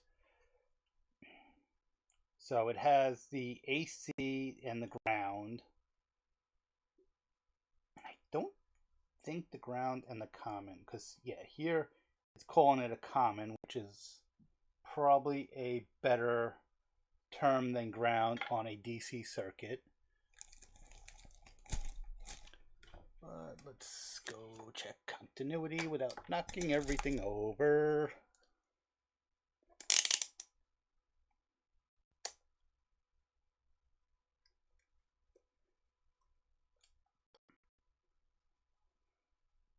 I'm not even sure what's on screen right now. Okay, I'll move this over so I can put the meter there. That's the other thing, is I would like to find a clamp for a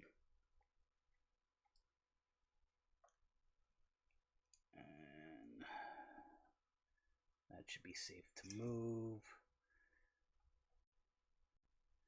And I'm going to turn this upside down just so the terminals are facing me. Do I have okay, I need the terminals facing me, but I also need it on screen. Okay, nope, by the okay, yeah. The subscribe button was blocking it. So common 1, common 2.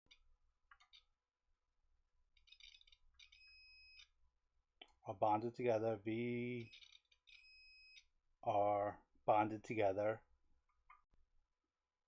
Neutral is not bonded to anything. That's good. Ground and common are not. So ground is, so if you, this is the DC ground, which I assumed anyway, but which if you're using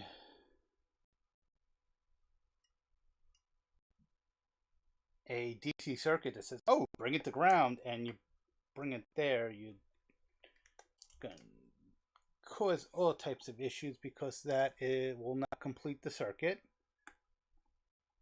because that is not the reference value for this voltage. It's a reference.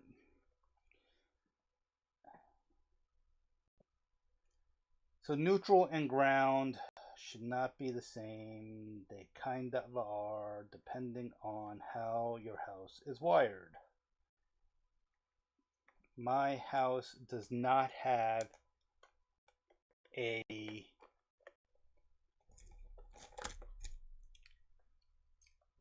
common ground. So this is a GFI, and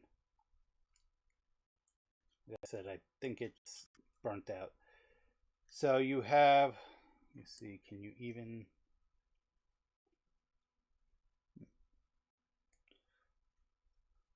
okay, so you have line and load. So this is the hot, this is the white, and okay, so, and there is ground. So ground and what they, do they really just call this white? Yeah, they just call it white. Hot and white is not, and this is UL approved.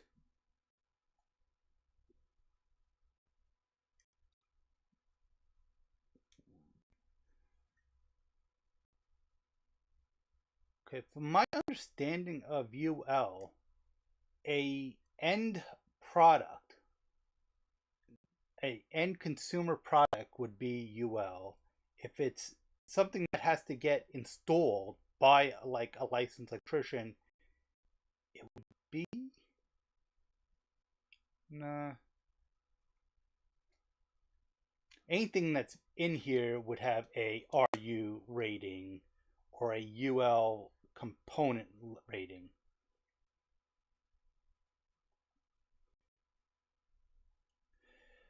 But yeah, back to what I was saying is, one, hot and neutral or black and white. But you can also, if you have two phase and you have one of your phases as black, the other phase could be red. So, but it should be load and neutral. And neutral and ground should not be the same. And back to what I was saying, and I don't have any BX here, is in my house, I only have two conductor BX.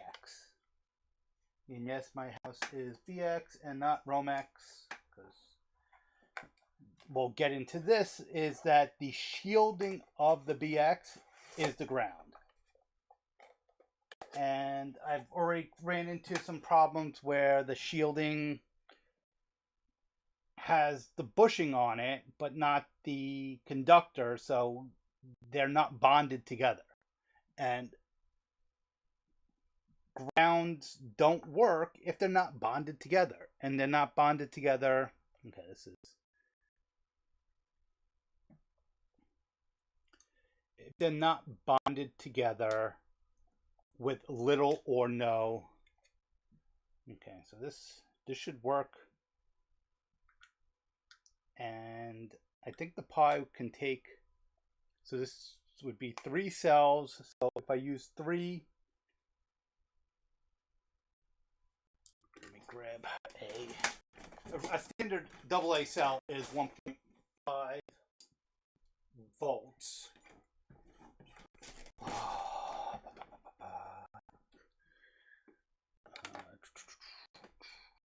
So this is 1.2, and that's way too shiny, and I don't think you can see it, but yeah, these are 1.2 volt.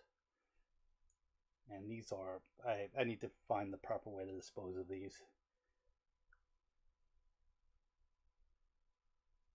So these are nickel metal hydride, right?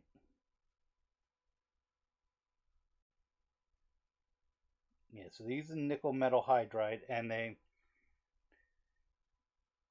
claim to be 2300 milliamp hours, which is 2.3 amp hours.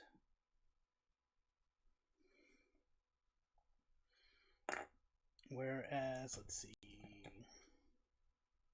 these are, I think, 3.2s, and I pulled them out of another device, and I don't have data plates for them. Let me grab my other ones. I think I have, those actually have markings on them. Okay, so these are Ultrafire TR18650s. These are 5,000 amps, 5,000 milliamp hours, which is 5 amp hours, and 3.7 volts. So these don't fit in there. They are different sizes, of course.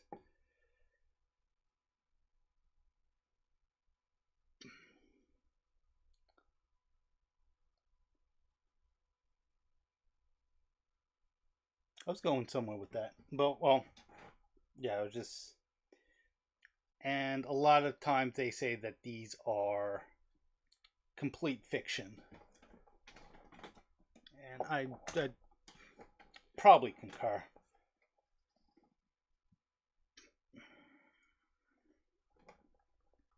The other battery pack I have is, I think this is a dead one, is a replacement for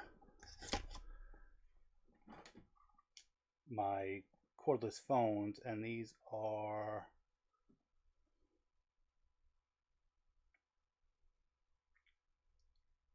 I can't get that to focus. These are 2.4, okay, so 2.4 volt, 500 milliamp hours, so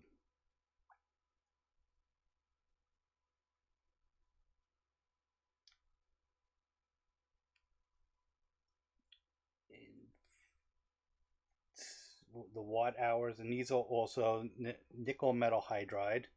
These are, so 2.4 volts, so I'm almost thinking, and I don't have any AAAs right here to compare it to, but I'm pretty sure that these are like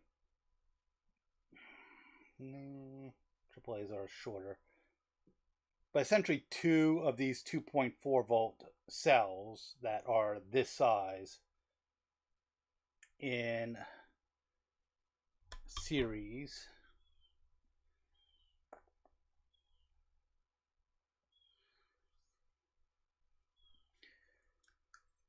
So I have this done, and I'm just going to shove these wires through just so they are not hanging out everywhere.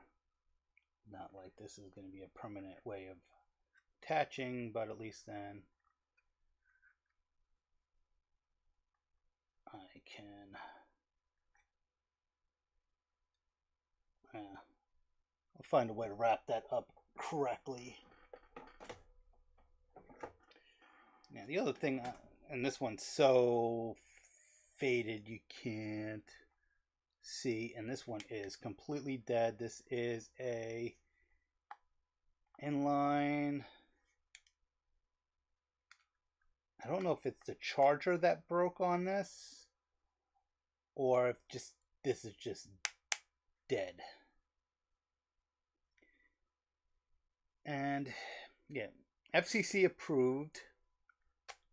What needs to be FCC approved for electronics, I don't know.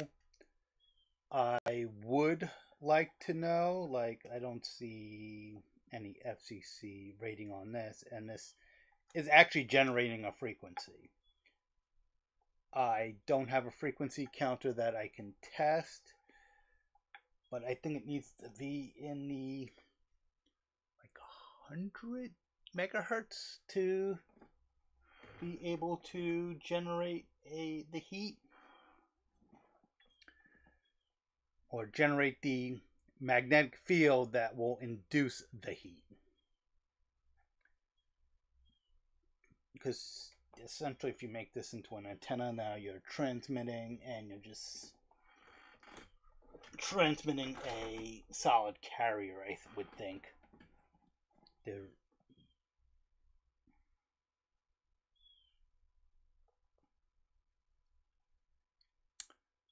So we've been at this a little over 2 hours.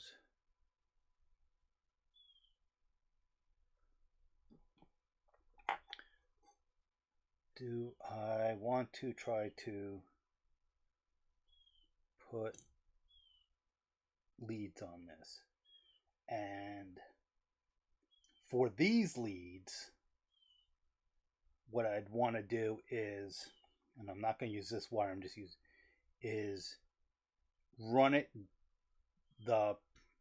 let's say I go that way, so this is the positive node, that's the negative node, or terminal, or whatever terminology you would like to use. Is I would run that down the length, and then this would be from here on, and I would make it a solid terminal, so they wouldn't be like, so at the end they would be pretty much like that, and then I could take two of these, maybe even solder it to the end there, so I can just plug it into a breadboard or plug it into a perf board, and then be able to solder it on just as a standard plug. But for right now, just because most of the time when I'm using this, I'm using alligator clips, and why would I want to do that?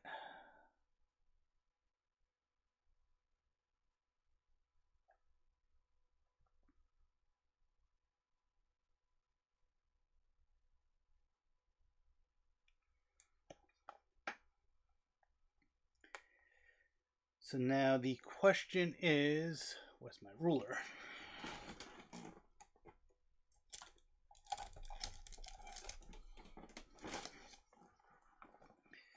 Is how much longer do I want? Just, is that better? Yeah, it's a little better. So this is 4.5-ish inches. So it's probably in millimeters. Do I have a ruler available that has metric on it? Yes, I do. I'm still going to end up doing it in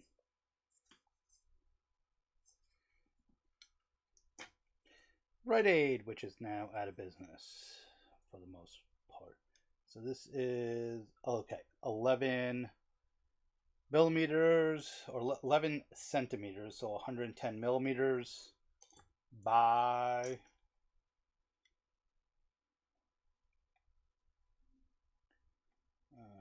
5.5 centimeters, so 550 millimeters, or 0.55 meters.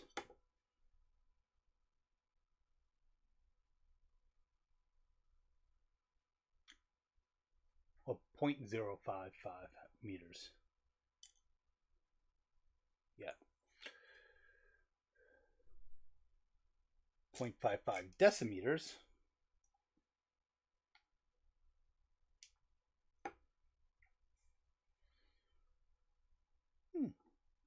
That might be a project for another live stream, is to... Where's my book? Where's my book?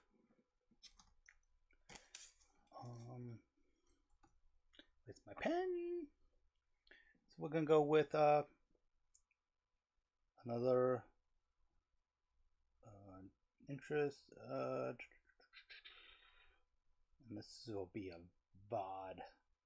So actually, this will be a live stream and would be convert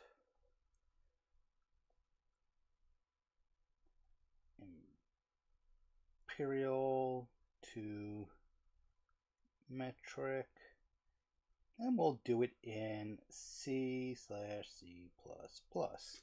And if you have seen any of my programming in C++, you'll know exactly what that means. Is I treat C++ like C with classes.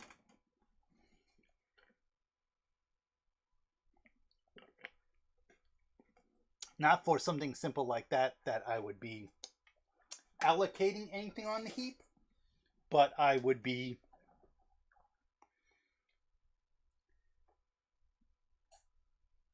using malloc if I was, instead of new and delete or smart vectors or blah blah blah blah blah blah. So we'll just say that 4 inches just to make it even, and we'll go to 10 inches. So we would have an extra like 6 inches to play around with. So I would do a 10-inch and a 6-inch. And I'm going to go that away. I'm going to go that away, so the positive would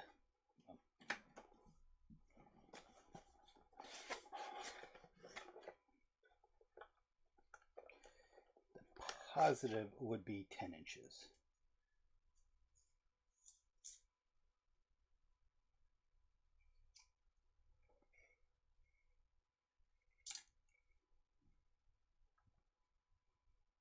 And I am going to grab another type of cutters.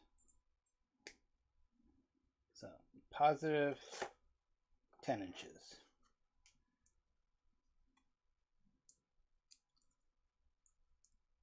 Negative. I still have 3 people watching. I wonder why. And because I don't know if it's the same 3 people watching, because I went from 2 completely different things. One of which is not even something that was even mentioned on the title or description, which is electronics or soldering, or so 10 inches and then 6 inches, and cut that at the right spot, and put my put my wires away.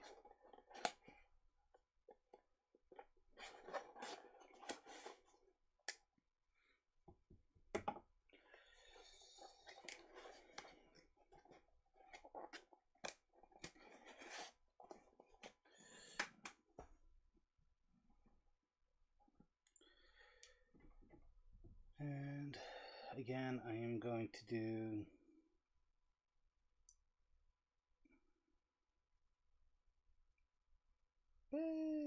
about a 1/4 inch on the non-soldered side. Yeah, about a 1/4 inch. And then on the soldered side, even less.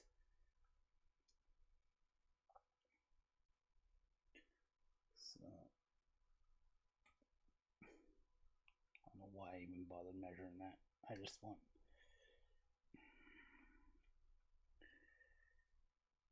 Well, that's the negative.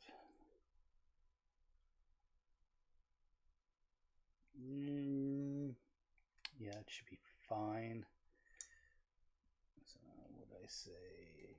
1/4 inch on the non-soldered side.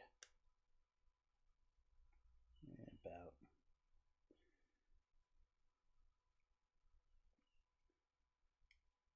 I need to clean up my desk. I don't even have a garbage bag in my office right now because I already took it out. Okay, and the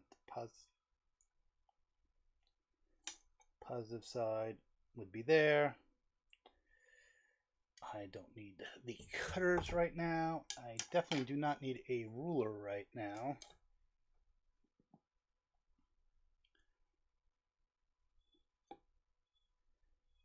Okay, so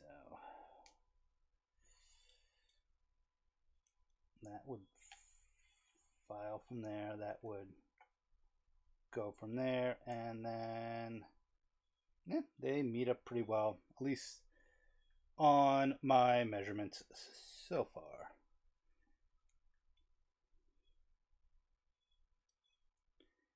And I am going to flip this around for right now. And the reason I'm doing that is so I can hold the soldering iron in my right hand. I will hold the solder in my left.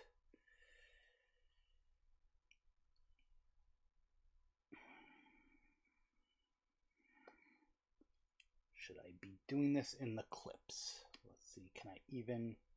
I don't even think I can get it in the clips that way to be... Let's see, nope. I'd have to... Maybe if I flip it around. And this is a bit... I'll put it back on screen. And I go at it. Nah. This is not going to work. So I'll put this aside for now. My little friend.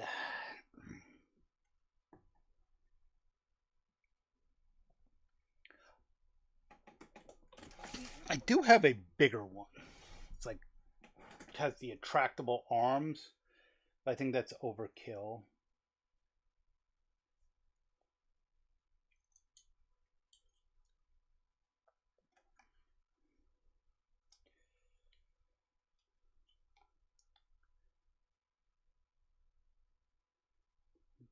flux the end, and I think I will tin the ends of these. I think that will actually help. Probably melt the hell out of the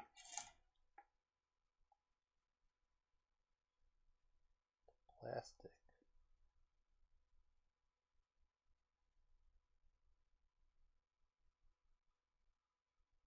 I'm not even sure if I'm on screen. Not really.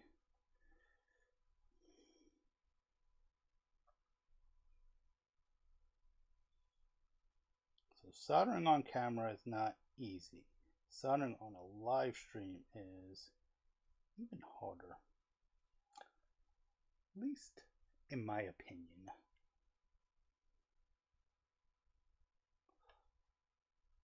Okay, that heat definitely traveled up that wire. So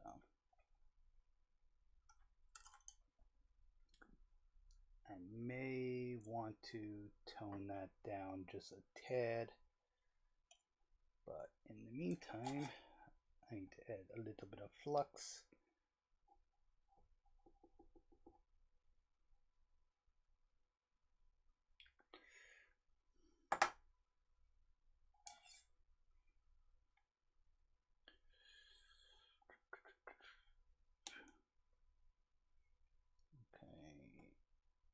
You need to lay flat on the floor or on the pad.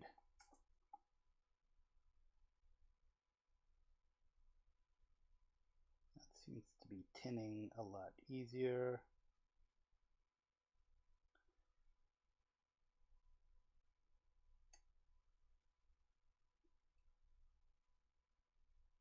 This bowl of solder will not stick.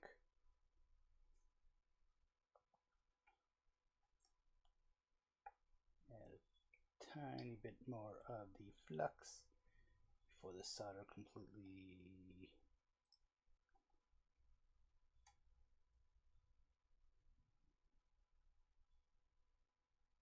okay. That should be enough.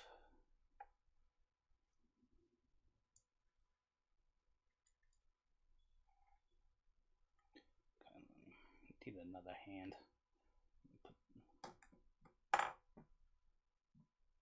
This came in some type of holder.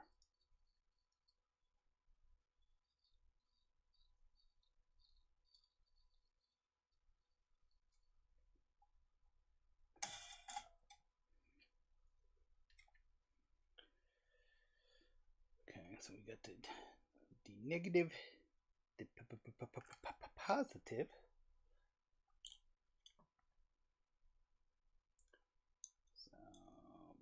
So this is the positive node. I think with the solder that's there and the solder that's on this tip, I should be able to just hold it there and 1, 2, 3, 4, 5, 6, 7. Probably should have added a little bit of flux there. That seems pretty good.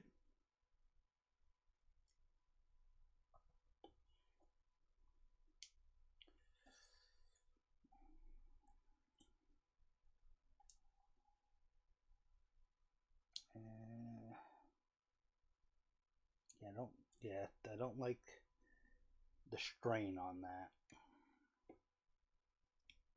And the strain on this one is going to be even worse because I'm not going to have anything to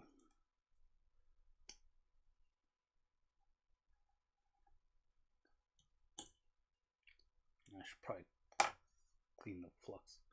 And there's a bee in my office. We got some flux.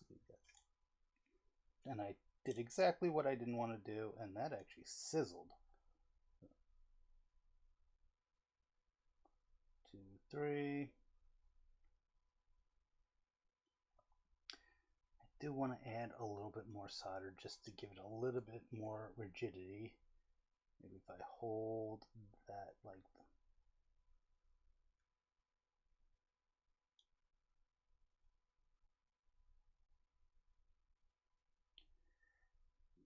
Give it a second to cool off. Let it.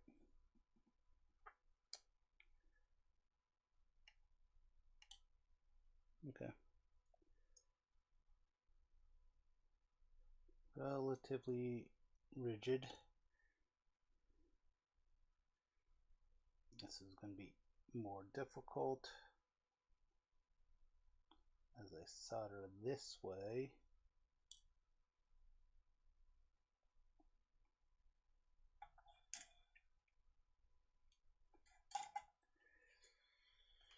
A little flux.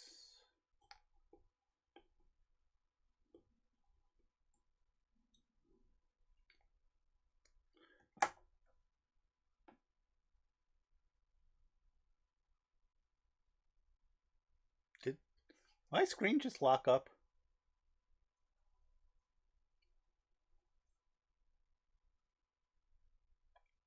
Is this still buffering? What is causing this to buffer? Stream hell. Yeah, it's buffering again. It fixed itself and then it started buffering again. Seems to have fixed itself. Maybe. Okay. So actually I still want to be facing in this orientation because I want to be able to hold this wire while I put it on. And 3, 2, 1.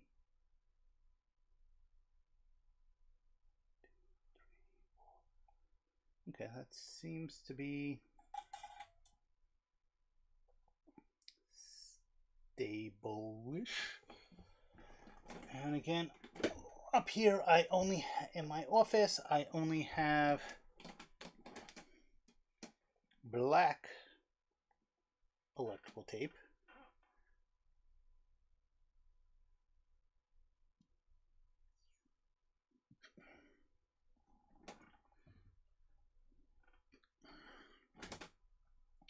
If I recall correctly, these should.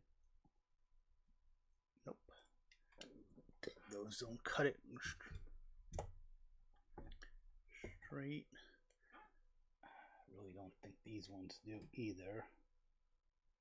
But give it a shot. Okay, a little better. So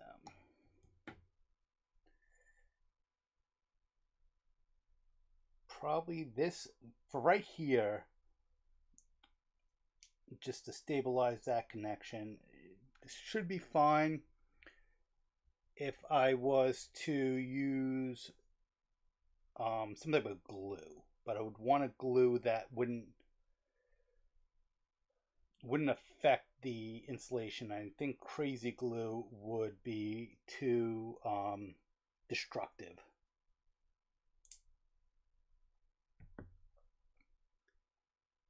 And but somebody's probably gonna think, why am I just.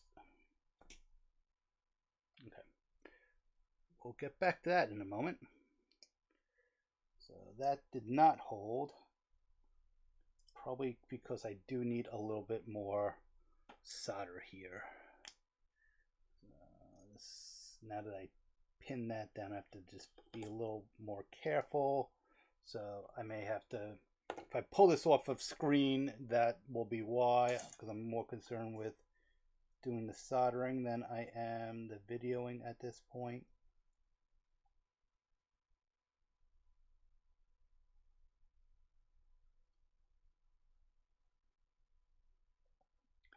So we got the solder there.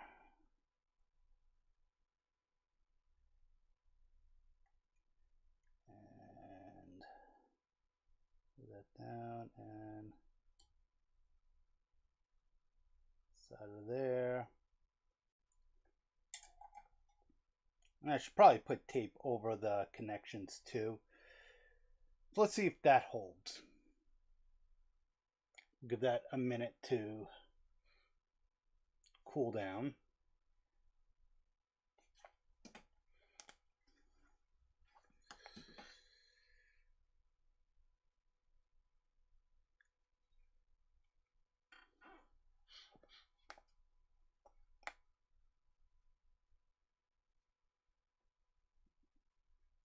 And we are going on 3 hours or 2 hours and 45 minutes for this live stream.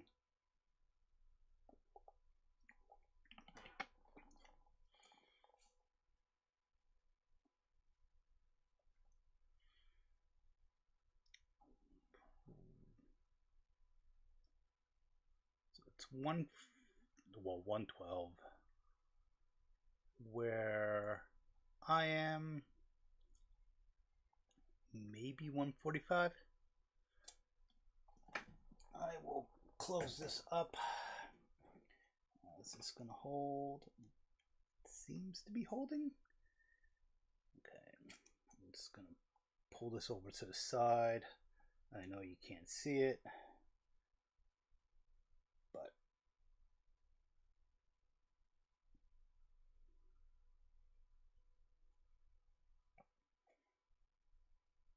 okay, so it's not quite even. Still way too much wiggle room there. Maybe I'll add another piece of tape just to, yeah, that might just give a little, the red wire would support the black wire just a little bit more. And like I said, I should be using scissors. I just don't want to grab my scissors. They're just out of reach. I'm cutting this like that just so I don't have, it's an even cut and it's not tearing. And just carefully, and I'm an idiot. Somebody is probably already realizing what I'm realizing is that I could have put I don't want to do shrink wrap because the shrink wrap will heat up the solder, which yeah, I do need that risk. It's what,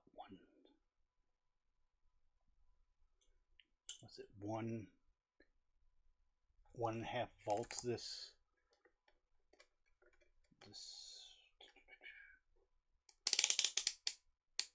yeah, I think it's not directly in the sun right now. And can you see that on screen? Yeah, close enough. You can't see me hooking up to the leads, but that's fine. This is, okay, 2.5 volt.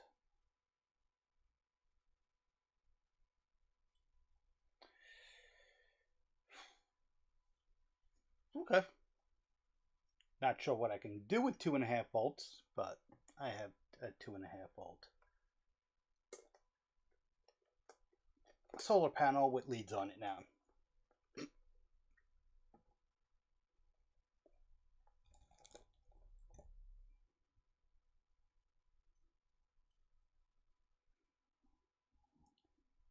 So, yeah, and you can see I have, because I need to clean up all this. So, start putting things back. Put the lighter just off screen.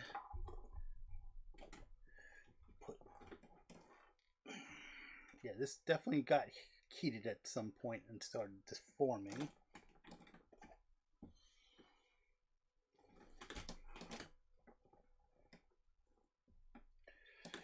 And grab another garbage bag.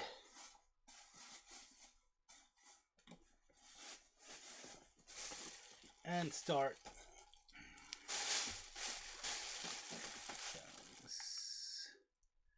Put this aside.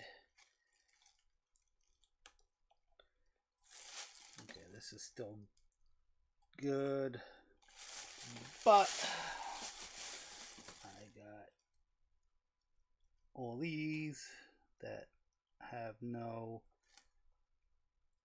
use because they are little bits of like the de-wicking. I was gonna buy more, but I know as soon as I buy it, I'm gonna find the rest of the tube of the de-wicking, and I need to find a way to put that. And then once I get that, then I can also, because I have this on the camera on a flexible like coil, and so like I could put it here, I could put it there, but then it coils back. So I may put it on once I do the drawing, like I said, the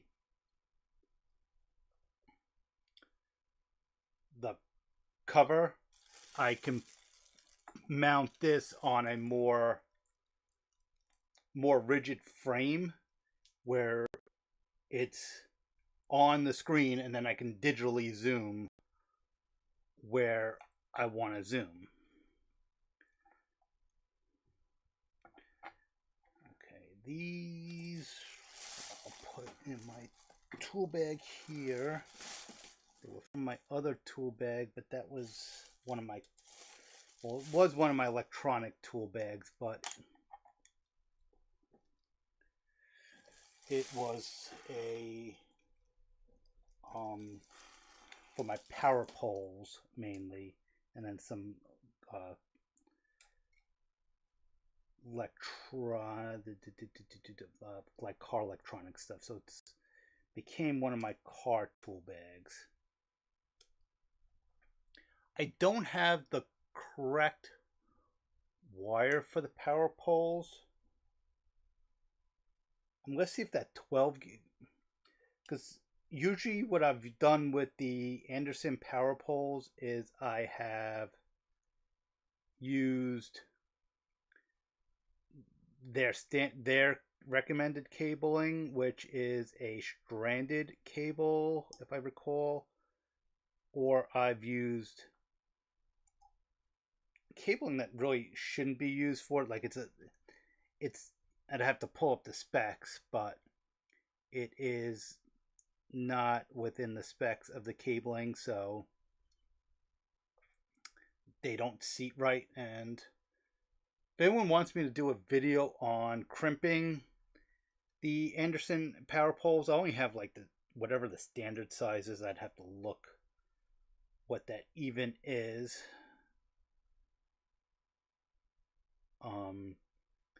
So I don't have like the big industrial ones. I have just brain fart. The standard 12-volt ones. They're probably not designated by voltage, but it's the ones I use for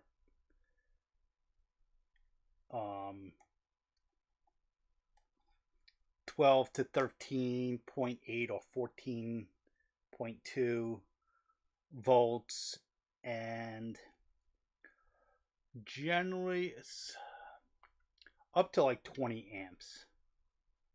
So I do have 20 amp power supplies. They are more for electronics than for, I'm not grabbing it again, the inverter, not, I keep calling it an inverter, inductor.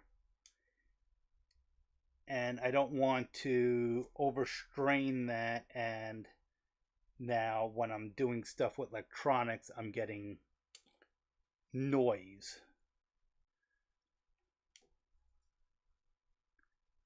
I need to make sure I put some. So it's not a bee. I think I called it a bee earlier. It's a fly in my office. I don't know if my...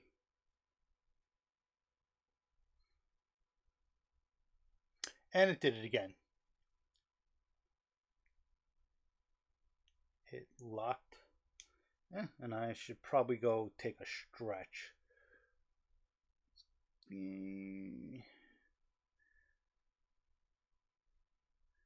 So I am going to, I just want to finish cleaning up this. I like how I just throw things into a breadboard just to get it out of the way.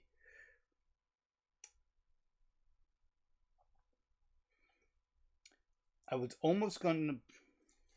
So this is the S110, which I don't know why it's called the 110. Yeah, so it's 110. Well, 110 millimeters by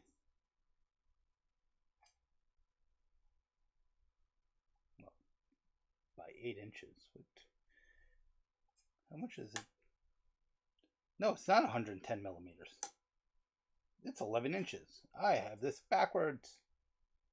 Now, why is it called the S110? Now I'm curious. It's, yeah, this is an 8 by 11. It's 27.5 centimeters.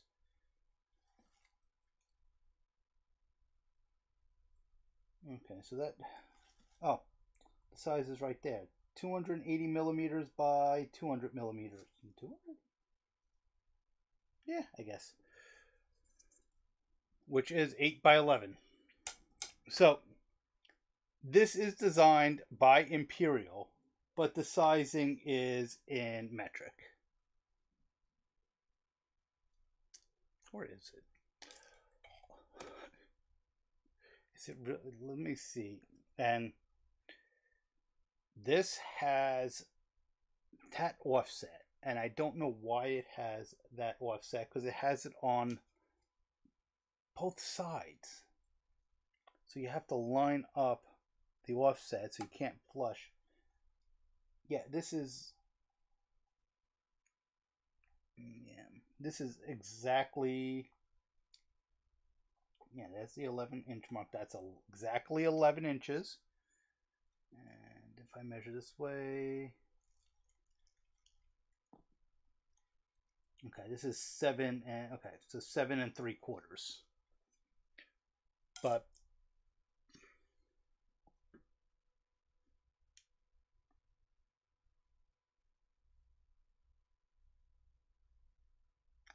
and this is buffering again, and I don't know why it's buffering.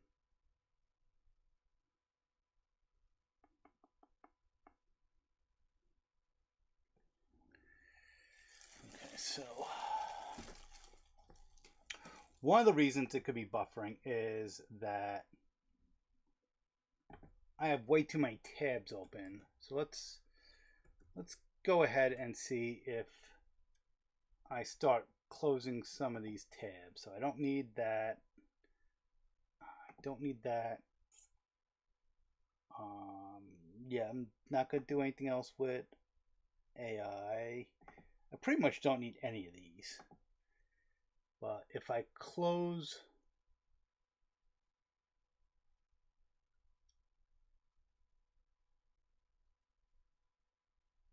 yeah, no, the screen is not.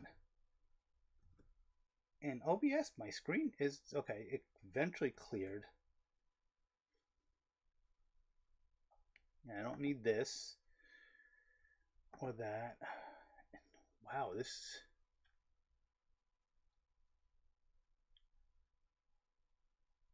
is really taking a while.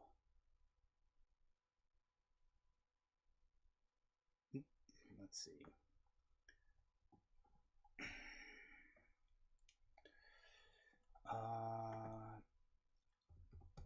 Timer. Let's see. Web timer. Let's see if I can find online timer countdown.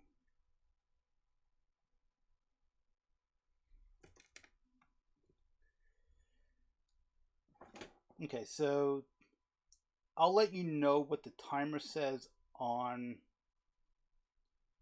So I'm on YouTube, on YouTube Studio. It still hasn't started showing the timer. It still hasn't shown me showing the web page, which is concerning. That it's not even showing the web page yet. So I'm at, as you can see here, at 30 seconds, and it's not even showing the web page. I think YouTube is buffering this over a minute. Yeah, I'm looking at YouTube Studio, and I still have the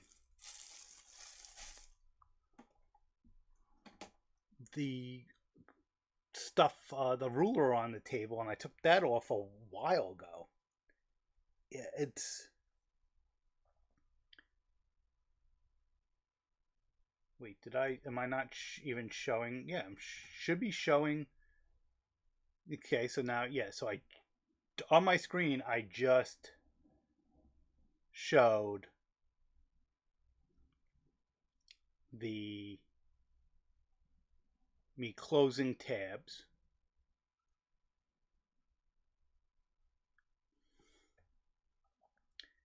And I'm not getting a lag right now, the stream health seems fine.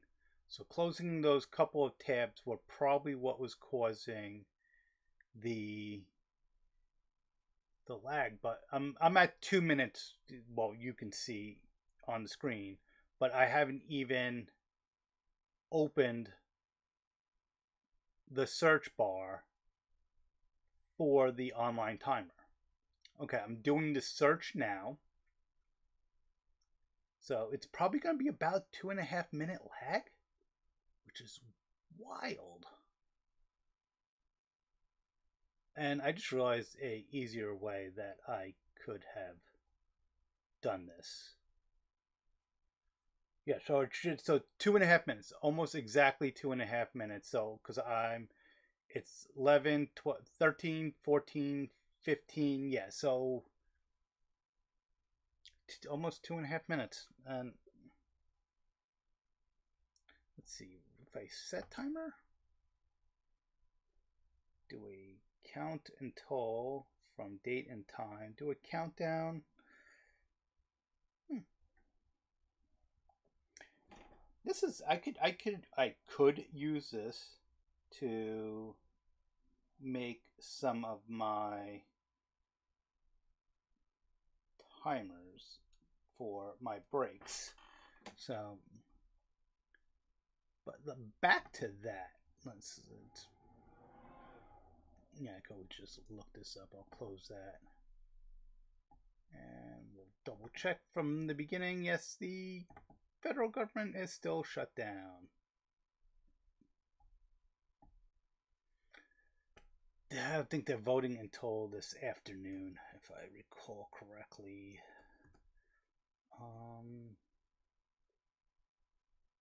Maybe if we go to C-SPAN, well,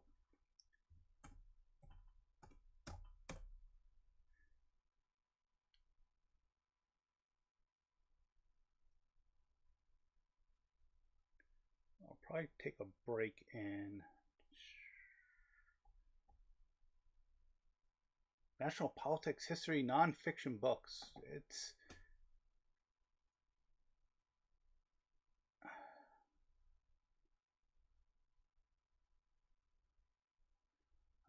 let's see.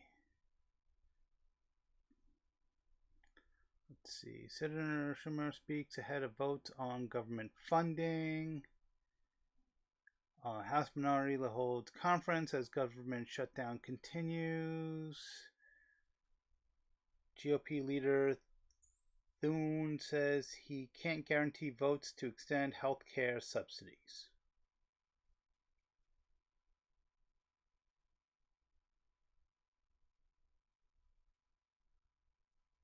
Interesting. It almost looks like the Republic. Let's see. House Speaker and Senate Majority Leader John Thune speak ahead of another round of votes on completing CRs in the Senate to fund government.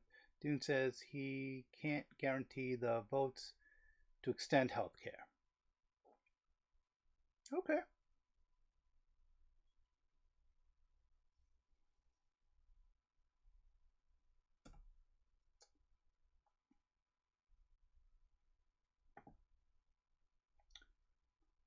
So go back to the system monitor.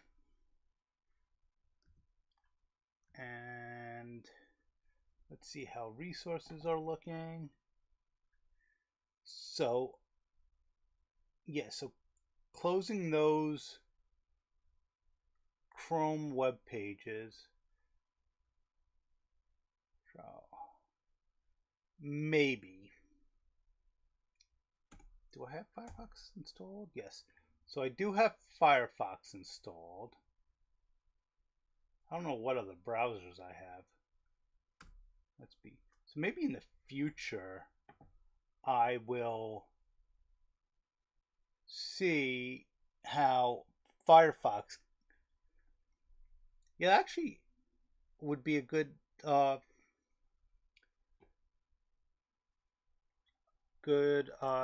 thing to check, and I'm gonna add that to my list. I'm not switching the camera right now because I'm once is a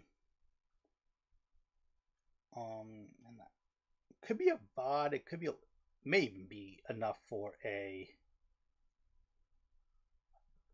short if I can do it. Is resource check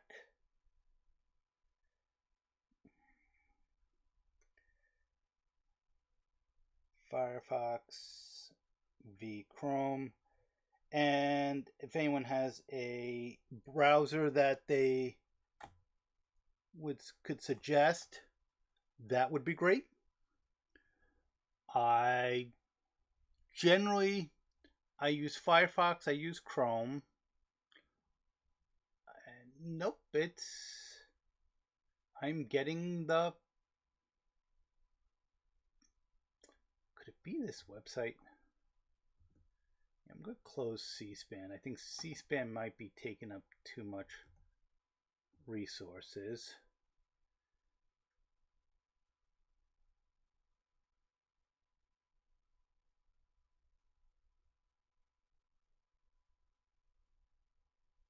Yeah, and the network traffic, I don't know what this spike is with the network traffic. That's interesting. Then it levels out, and I don't know if that leveling out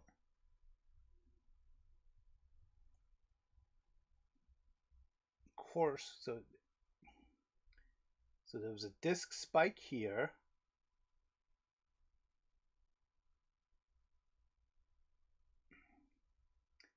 And then when the CPUs all, so this might be the lag of from when I closed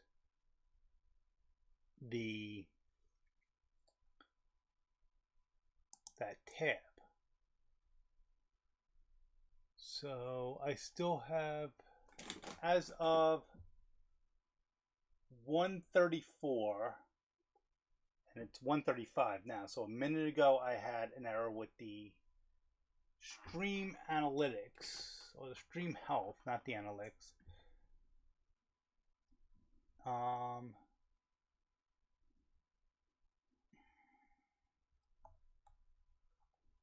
Don't know what could be causing that.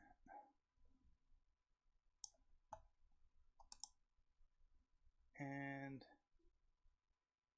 could take up to 9 to 20 minutes for it just cleared. So for 2 minutes, whatever, something. Now let me look here. Nothing has really changed.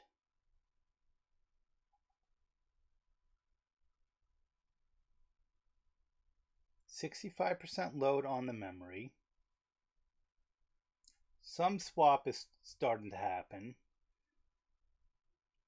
On average, wish it would give me an average. So an average of about 50% on the CPUs.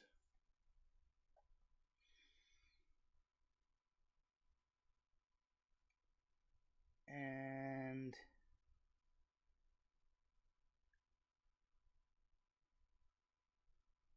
so I may go into the settings of there, but let's see how everything works once I start the break. Let's see how that changes the analytics. So let's go to the break and see if that screws with the stream at all. That video might be over processing. So right now OBS is telling me that it is 38.9% on the CPU and has no dropped frames. And we will start the break now.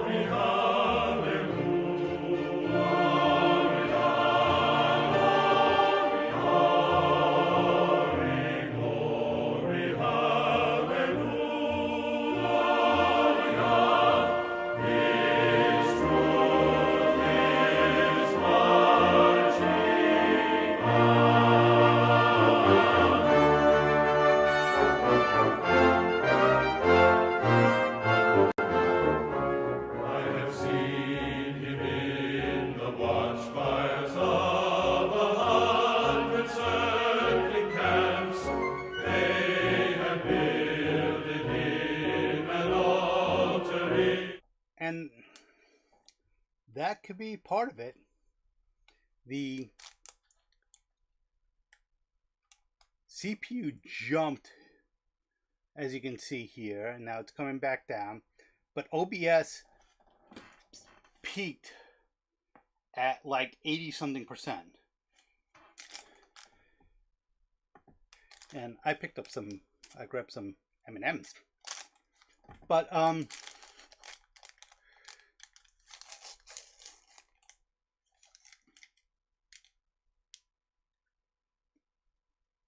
interesting.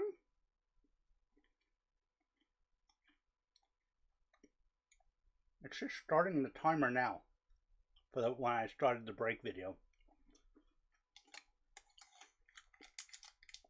So definitely a lag. And I did have I wish I can get more detailed analytics out of YouTube Live Studio.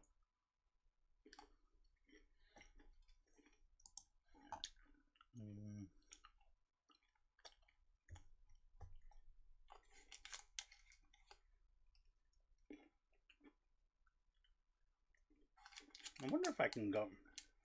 I'm not going to go into YouTube Studio during the live stream because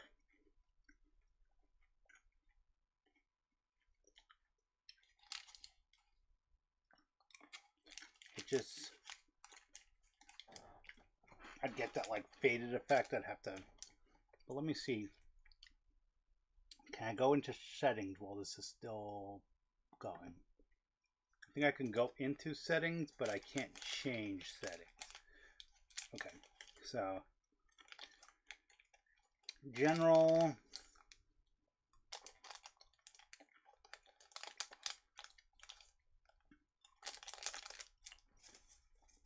Yeah, there's nothing really here I want to change. Appearance. Theme. I have no idea what the theme and the styles are. Stream. Ignore stream service setting recommendations. I have that checked off. Maybe if I uncheck that, it would correct these on the fly, but I think it's a resource drain, so I don't think that would make a change. Maximum video buffer rate is 51,000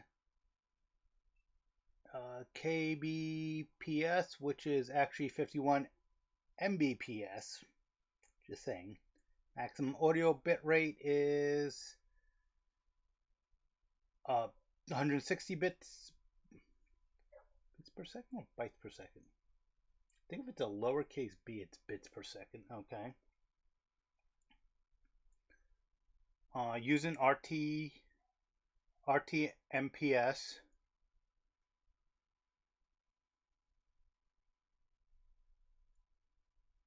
Okay, maybe if I use RTMP.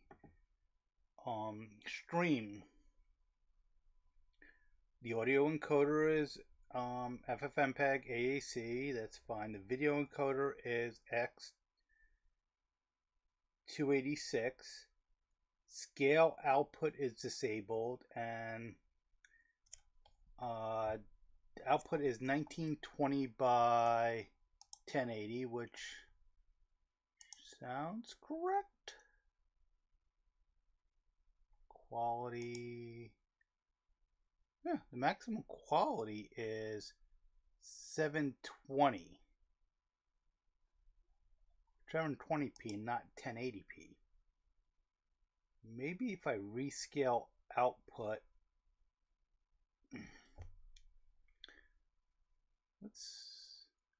maybe in a future stream I'll try that. I'll try to rescale it to 1920 by 1080.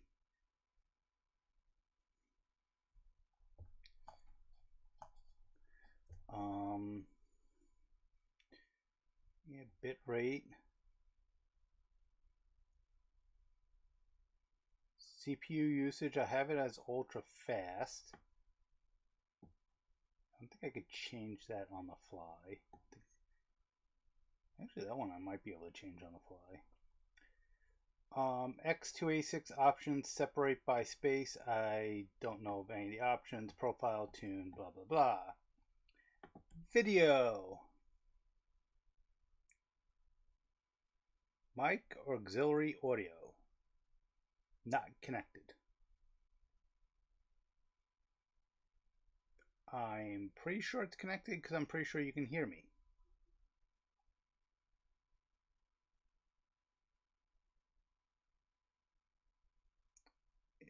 Okay. Meters, decay meters, yeah. Advanced, low latency audio buffering for something or other. Desktop audio, I'm not. Push to mute.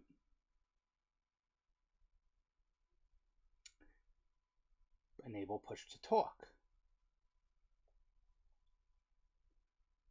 Okay. Media sources. Okay. Break video. Push to delay. Okay. Video. Base canvas resolution is. Okay. So the canvas resolution is 1920 by 1080. The output resolution is 1440 by 810, which I guess YouTube is converting to 1080p. Downsize filter, common frames per second value 60. Hotkeys. So start streaming, stop streaming, start recording, stop recording, unpause recording, split recording file, add chapter markers, hybrid, MP4 only. Start replay buffer, disable preview, enable studio mode, transition, screenshot output. Okay. Scene 2, switch to scene. Okay. Break. Okay. So each of my scenes is listed in here. And you're not... Here's the problem. I can't add this screen to OBS because the screen is not open when I'm showing there. Okay.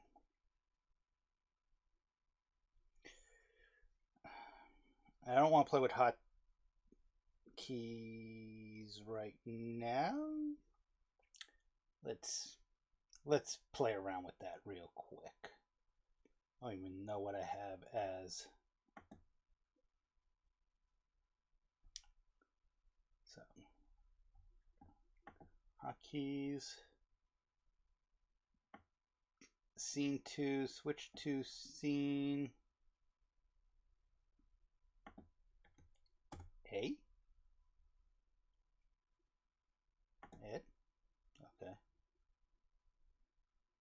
And then back to the main scene, which is the one here, will be B. Apply.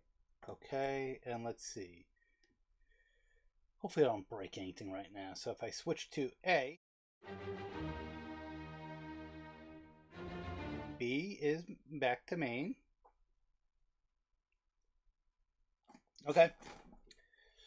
So let's make these more intuitive.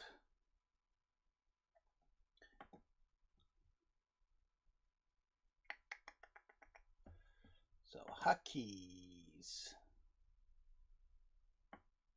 So scene 2 will be 2. The main will be M.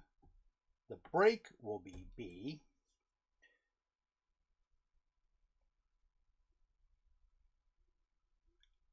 And in main,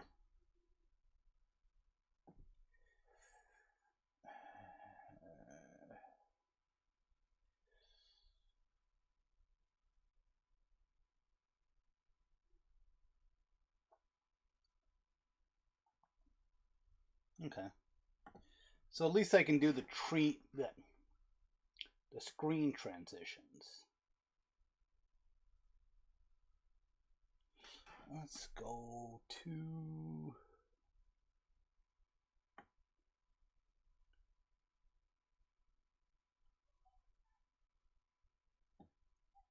terminal. Okay.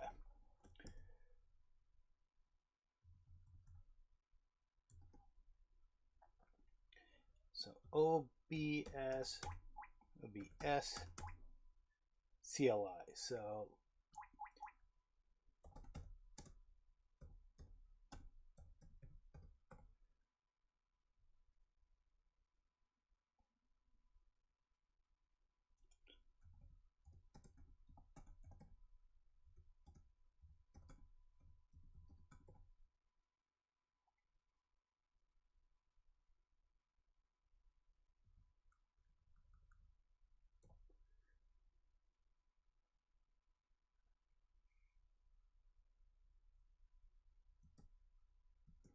I'm actually surprised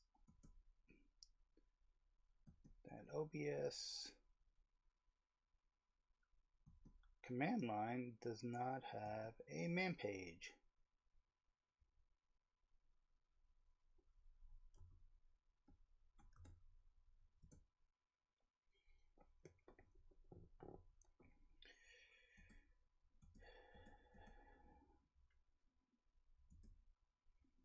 I should look for packages. Introduction to. This is interesting. Wonder if that's a tutorial. Yeah, I'm assuming that's a tutorial.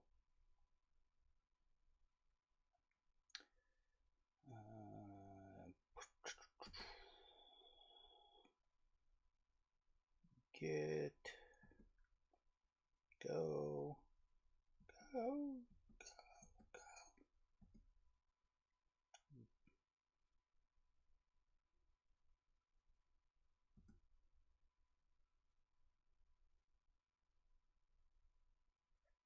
Heroes. Wonder what that game is.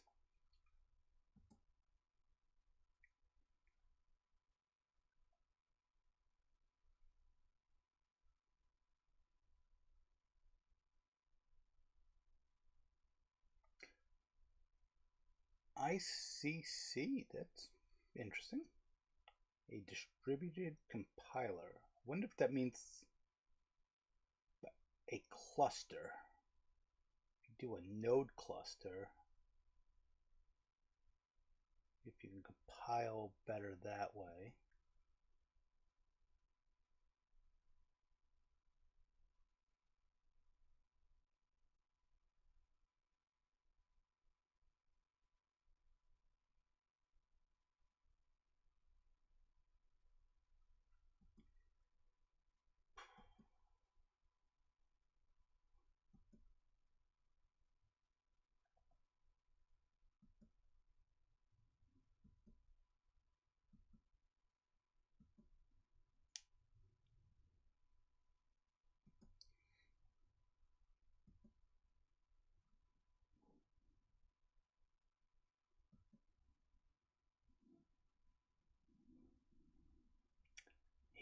A lightning fast URL fetcher.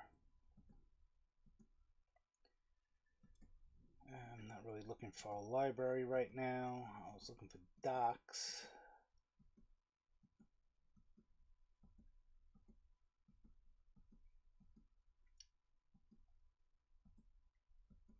I wonder if there is an option for apt to not show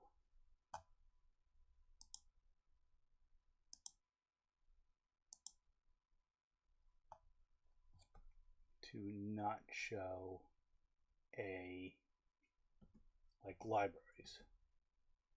Yes, sometimes you would want to specifically look for a library.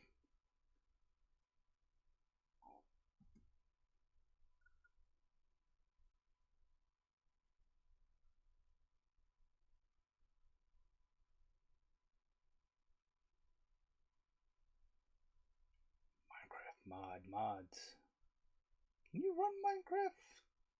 You can run Minecraft on Linux, I think.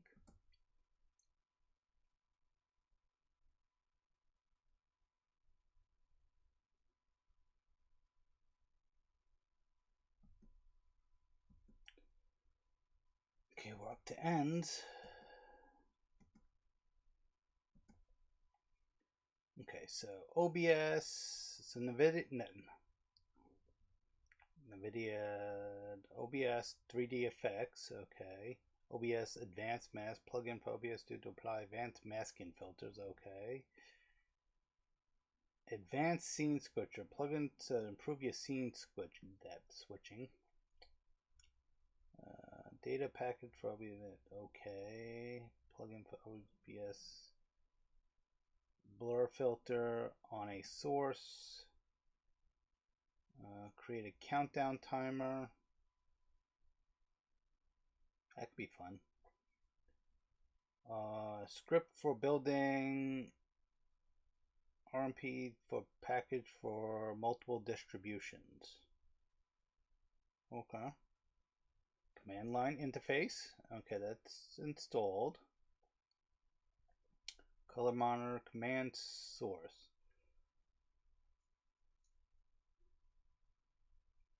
Okay. Downstream keyer plugin for OBS that adds a downstream keyer dock. Okay.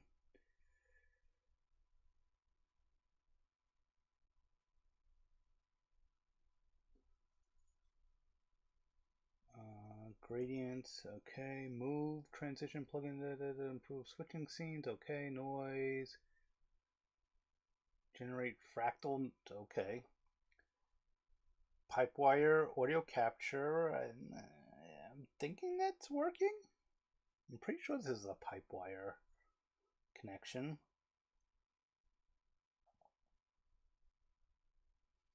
Recorder and streamer for, okay, that's a plugin. Retro effects, scene as transition plugin for OBS to use a scene as a. Okay, I could see how that one could be. So if you have, basically, if you have a video, you could, oh, excuse me, you could take a video and have a stream. So say, like in the 1960 Batman, anytime they had a scene, they had the bat symbol. You could basically do something like that, I'm assuming. Scene collection manager plugin for that to generate sets of scenes. I don't know why that would be needed. Source clone plugin for to clone sources from a scene. Okay.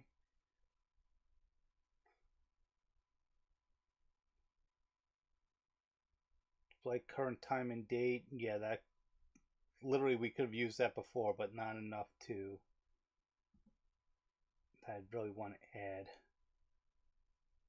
Vintage filter, OBS session, help in lightweight desktop environments.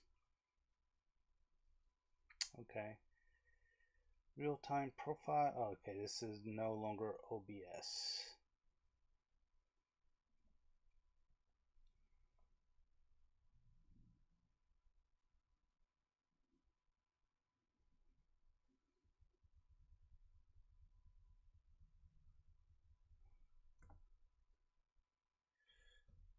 Yes, CLI dash help. Okay. Generate the auto completion script for a specific shell. Help about any command. Label, profile, recording, scene, manage scene collection, scene item, source, virtual mode, virtual. That's something that OBS I don't think has built into it anymore, is it doesn't have a virtual camera. Let's see, tools, output timer, scripts, web socket, server settings, scene collection, profile is, I think I have to stop screaming. Lock docs for stats. Let's see what stats are.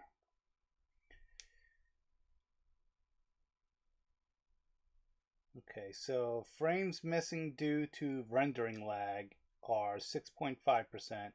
Skipped frames due to encoding lag are 20%. Wow. Again, you can't see this on screen.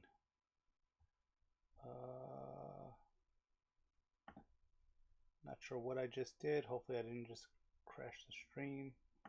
So docs, view, edit, file,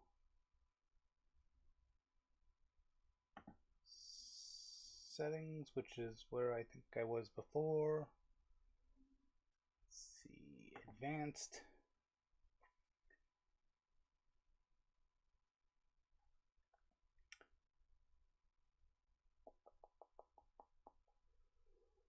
Stream delay. So for 20-second stream delay, that would be at 8 megabyte memory usage. Interesting. Automatic reconnect. Network hotkeys. Never disable hotkeys. What are the other options? Disable hotkeys when main window is in focus. Disable hotkeys when main window is not. So let me check that out. So if I'm, no, because I already hit main. So I'm on main. If I hit B, it doesn't change because I'm not on OBS. Okay, that's what I was double checking. OBS has to be active.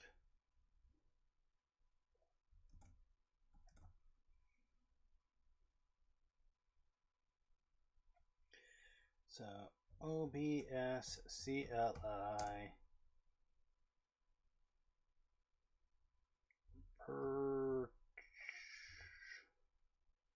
virtual com help. Virtual camera manages the virtual camera usage. Blah blah blah. Start virtual camera. Reports virtual camera status. Stops toggles. Okay, so if we do virtual cam status. Connection refused. Wonder if I have to.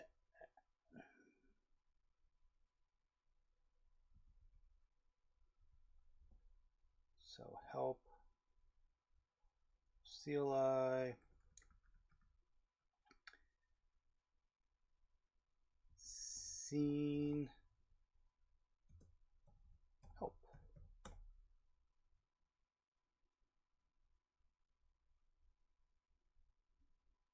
Okay, list. Oops, not what a capital L.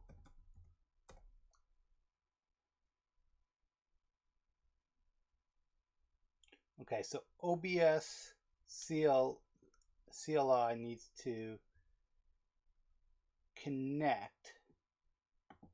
If I go into settings on OBS and advanced,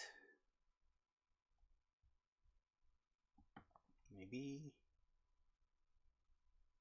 dynamically change bit rates. Yeah, so the network's there. General. Open dialog on startup. Show confirmation. Show keep recording when stream stops.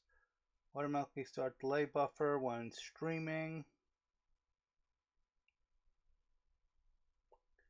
Okay.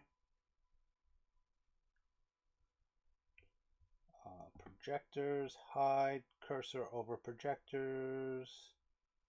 System tray. Minimize system window. Preview. Importers. Search known locations for scene collections when importing. Studio mode. Transition to scene when double clicked. Show preview program labels. Okay. Multi-view. Nope. Not under general. Not under advanced. Not under appearance. I'm gonna have to look that up.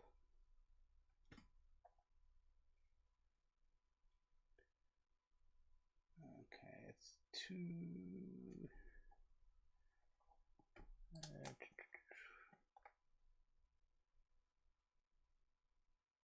at 2:30. I think I will end this stream.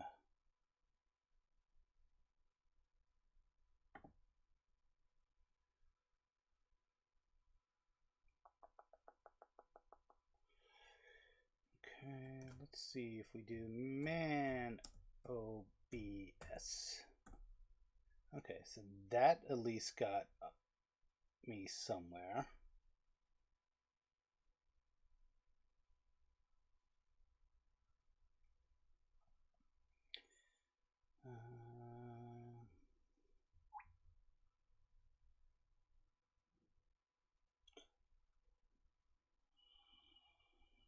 Okay, that's not very helpful. So it's a help from 2016 that basically tells you what it can do.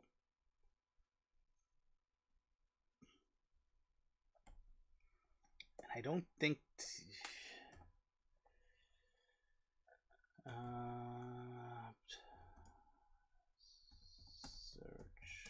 OBS docs. I don't think there was anything, right? And definitely nothing for OBS CLI docs.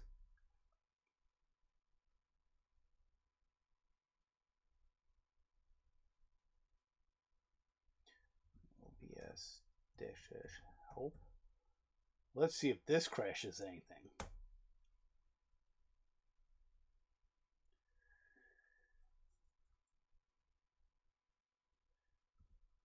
Pipe less. Start streaming, start recording or making collection profile. Use a specific profile scene string. Start with a specific scene. Studio mode. Minimize entree. Multi. Don't warn when launching multiple instances. Yeah, safe mode. Run in safe mode. Only bubble.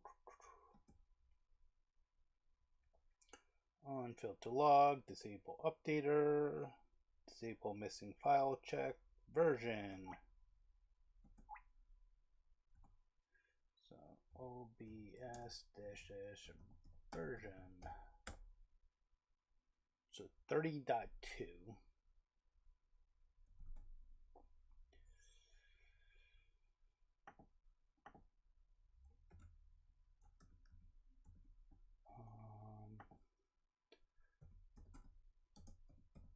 Check the Wikipedia page.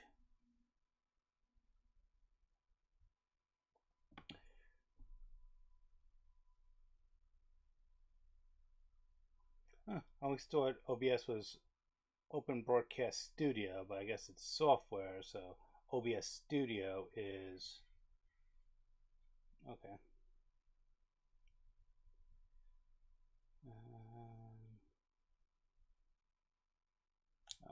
What was I looking for? Stable release is 32.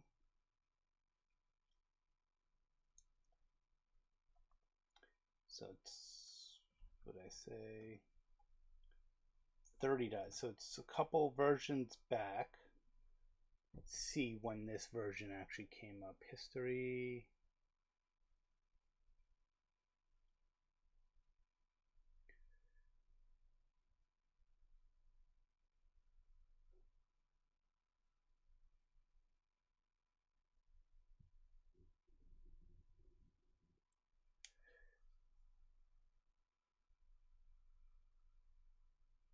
Yeah, it doesn't give a version history list. If I went to the GitHub, I'd probably find it. And I don't think CLI is even, yeah. So OBS, CLI.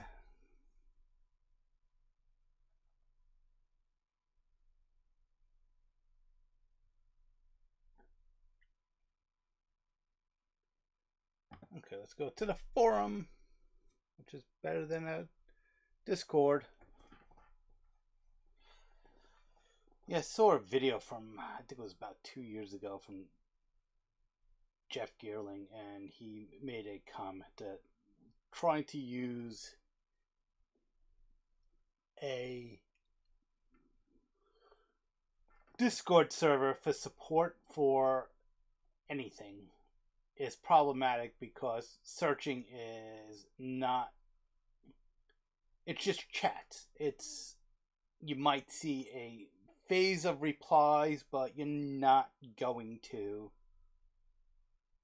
be able to go, oh, this is a problem. So it's not like a Stack Overflow or even a Reddit thread. That uses 2 minutes.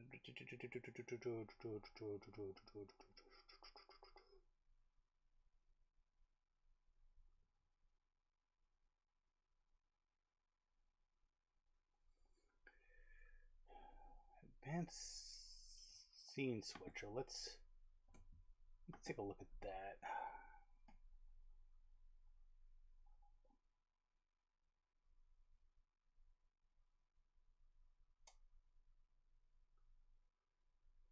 If transition. No, it's not.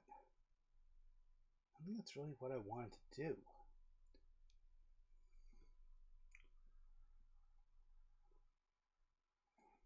Oh, that's interesting.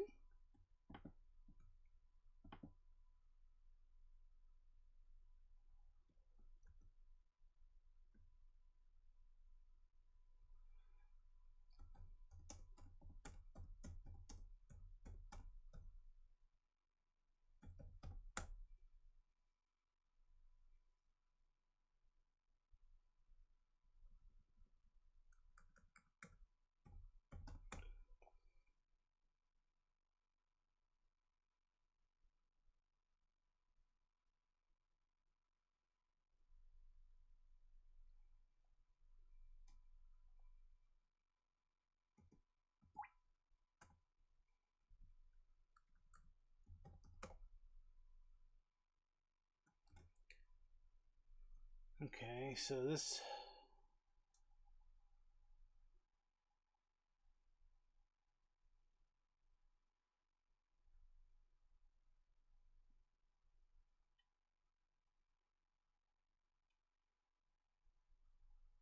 Okay, so it's on Arch, it's on Gen 2.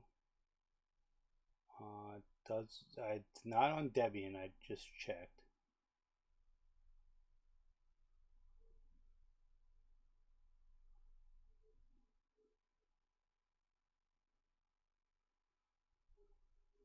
Okay, so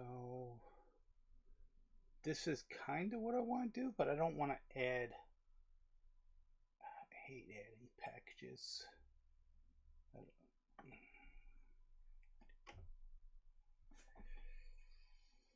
So does someone have. Okay, so let's take a look here and see if we see the history on this.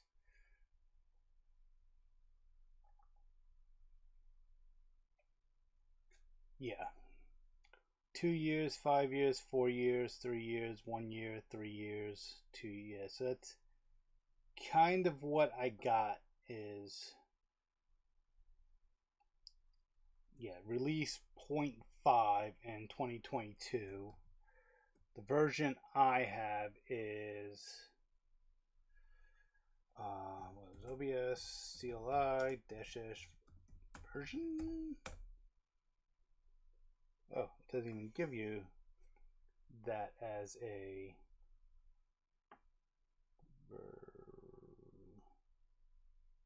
unknown flag. If I just run it with no, nope. So apt show OBS CLI version 4. So this is not even.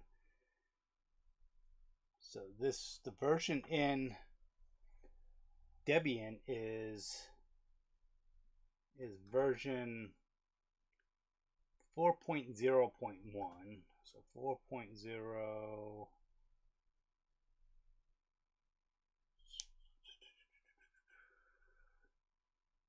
Okay, it doesn't give me a time frame. Oh wait, no. Oh yeah, 2021. So this is almost 4 years old. Newest version, yeah. Discussion. Let's see. Why was it abandoned?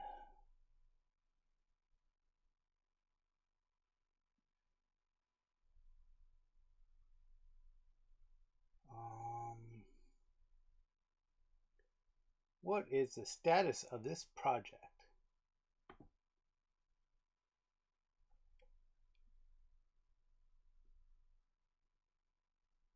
I don't think anything has changed since my last reply. So yeah, alive, but not migrated to V5. Okay. Uh,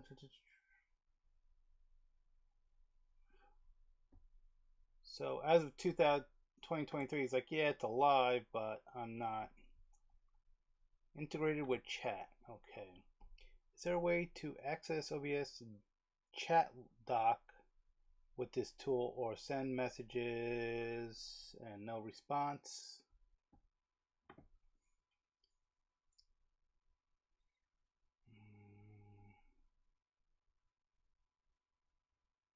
Yeah, unanswered, unanswered, unanswered. Okay. Announcements. No announcements. General. Yeah.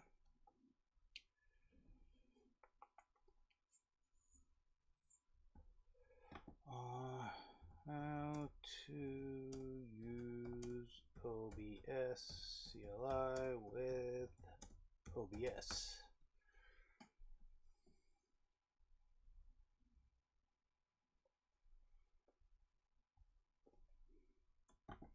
Let's get an AI answer. Let's see if the README says anything.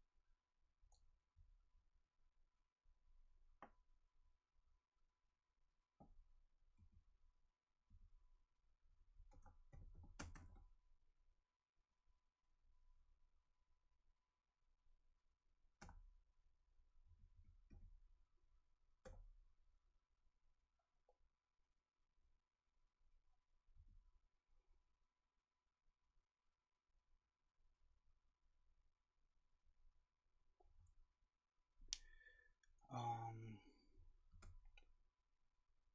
okay, so let's resume scene.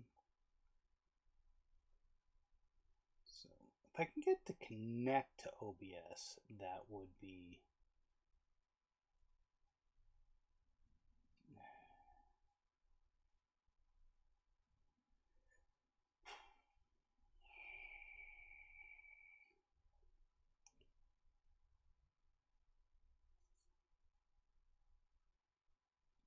yeah. So that's not really telling me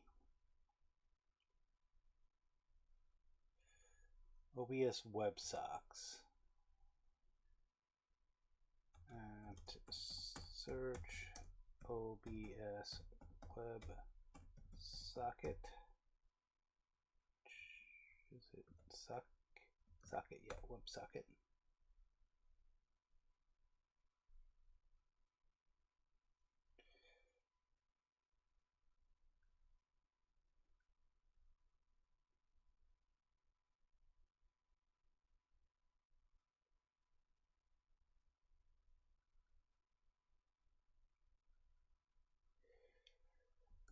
Okay.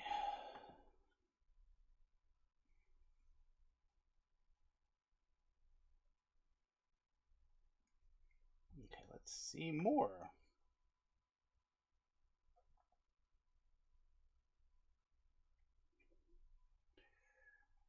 Showing website, but the plugin must be installed and to enable.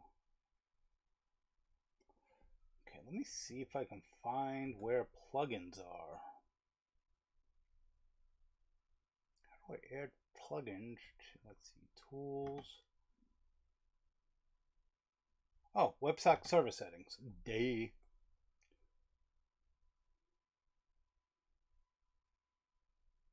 Four 455.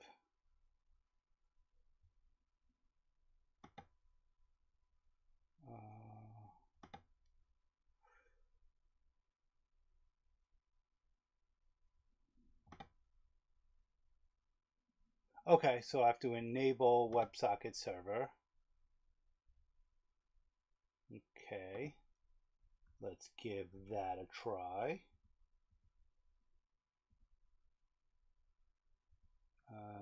Host. Let's just try.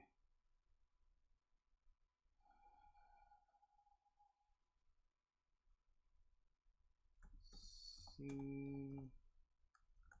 If I spell scene right, and yeah, I'm sorry if I haven't changed this back. I have not set that hotkey, and that's kind of what I'm trying to do.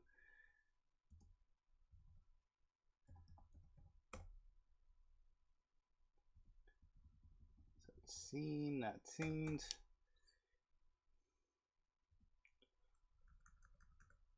List.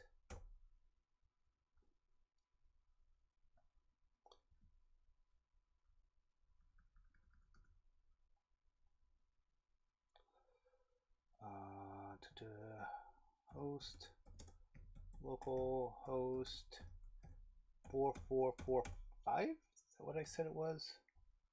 It'd be good if I 4455. 4455 colon, yeah.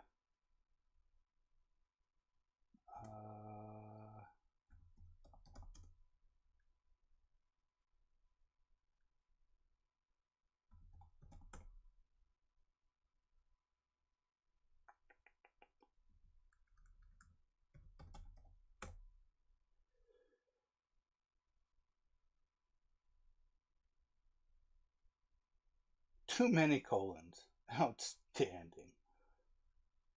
Oh,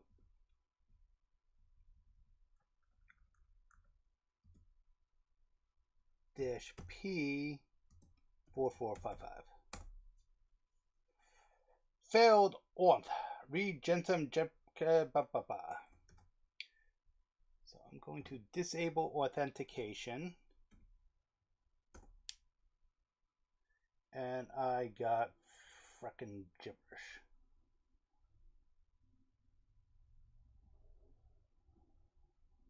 Okay.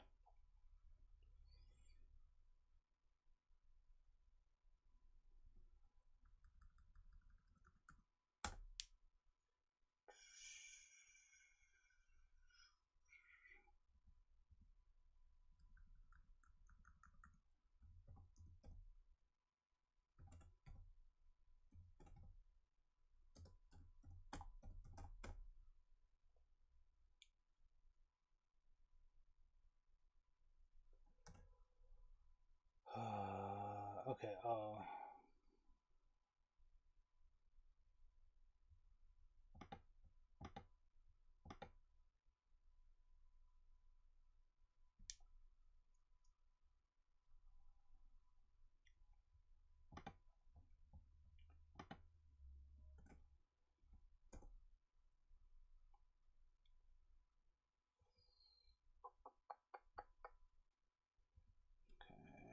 Get rid of host. Yeah. Don't know why it's not working. I may go with this other system, the CMD.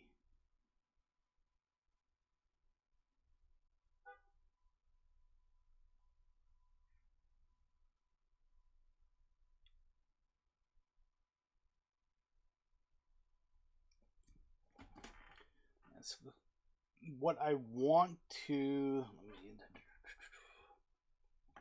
What I want to be able to do is, and I should probably turn off that WebSocket. I'll do that. This stream's almost over. Is I want to be able to essentially make a utility to do scene switching. And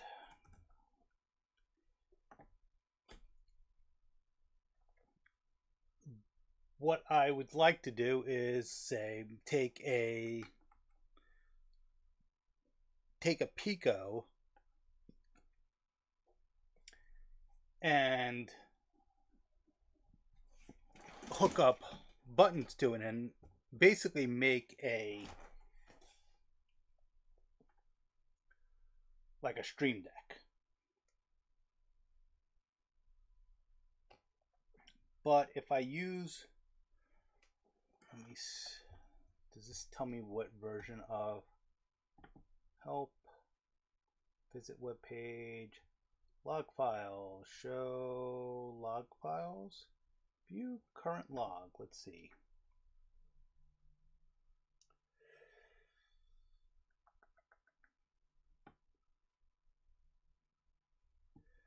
Okay, so tools, WebSocket, server settings. So let's go back to enable authentication. I will have to generate a password at some point.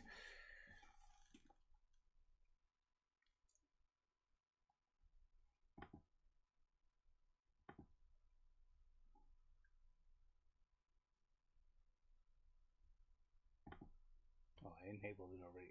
Apply.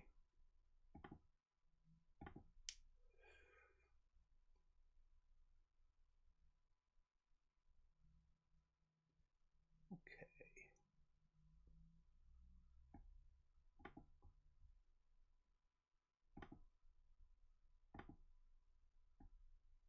Interesting.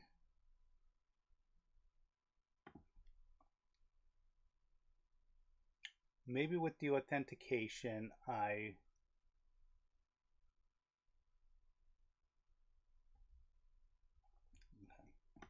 Maybe with the authentication enabled, I'd be able to set up a remote connection. I'm gonna have to research that.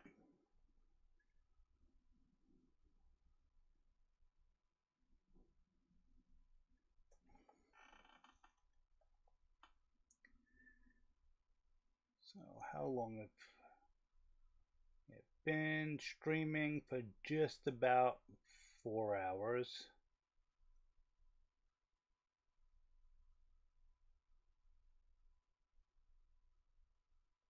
Don't see anything in the chat.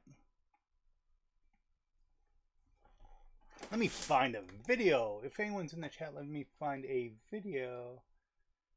That was something that was supposed to use. I don't know if you have to be part of the YouTube partner program, but you was supposed to be able to do end screens. No, I have no altered content. No, this is not for kids. I haven't done any promos.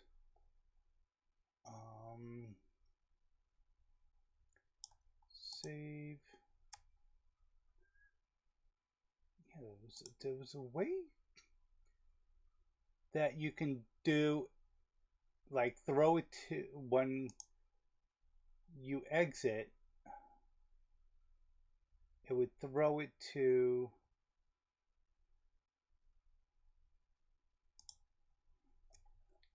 you would throw it to an end screen almost like, or to another video. And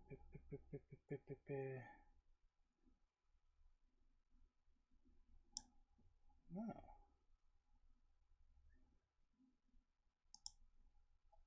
Let's see.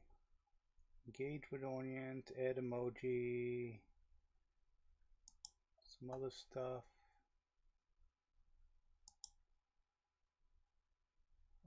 Moderator, timestamps, reactions, pop out chat, community moderation, nope. Add stream marker. Sure, I'm going to add a stream marker right here. Okay.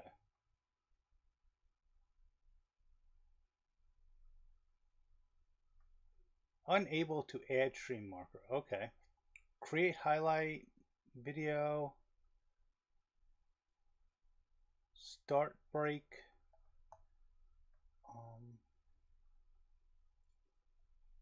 Stream settings.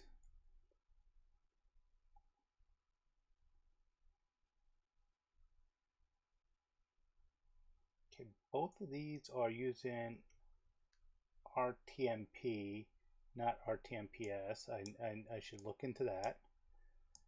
Latency, normal latency, closed caption, English, automatic caption, English only. Wonder if it will convert it in when it creates the replay video. Okay.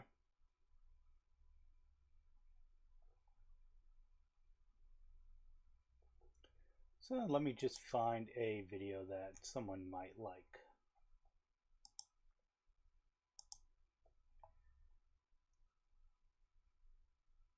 Maybe if I clicked on it, yeah, that's great.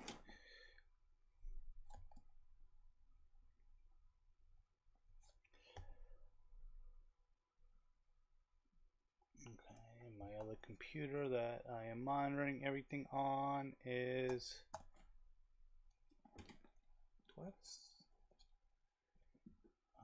see.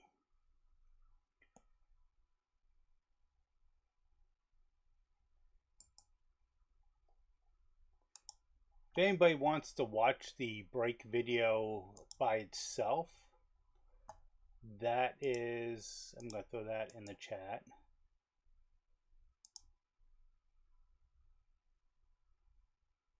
So that's the break video. If anyone wants to just watch that at some point.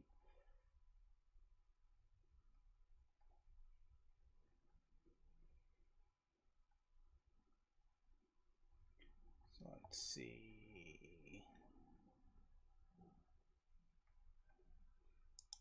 What is my most viewed video?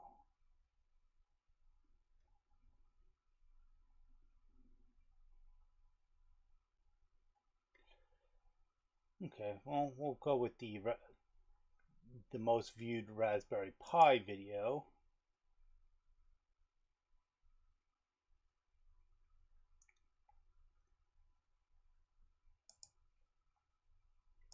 I think I'm gonna have to reboot this other computer.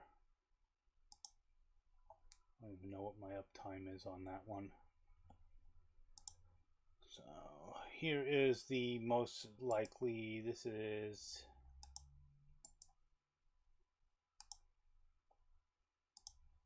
which video is this? This is Raspberry Pi M1. So connecting the M1, the DS18B20 M1 sensor. So connecting this sensor in MicroPython.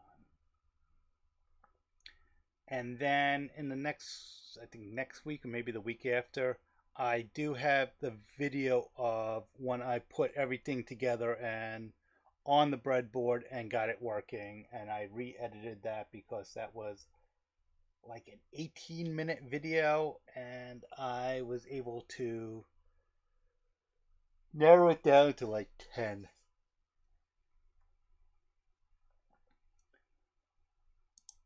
But yeah, stream health is still good. It hasn't given me an error in almost an hour, and it will probably give me an error as soon as I do what I'm about to do, which is I'm going to throw in the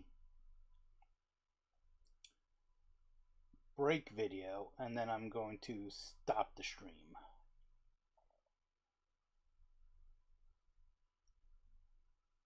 So I may do one tomorrow. Will be on impromptu. I'd probably only give maybe half hour to hour notice. I need to see what's going on. I need to go take care of some things.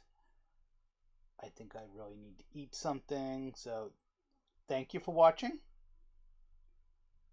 You have a great day.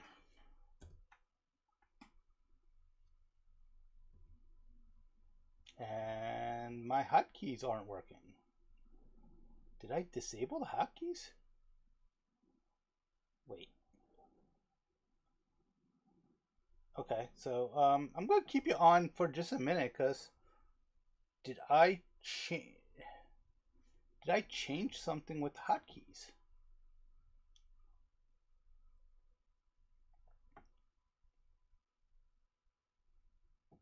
Oh, the break should be B. Switch to scene B.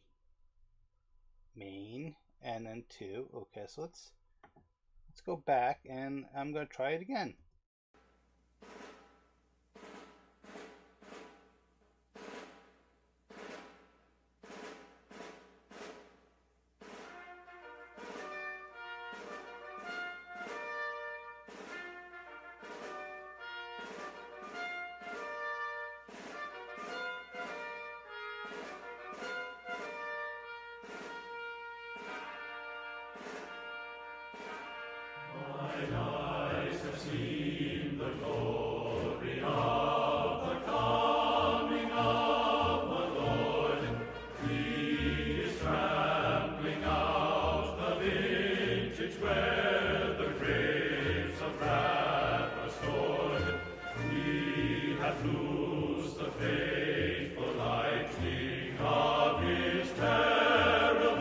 With sword,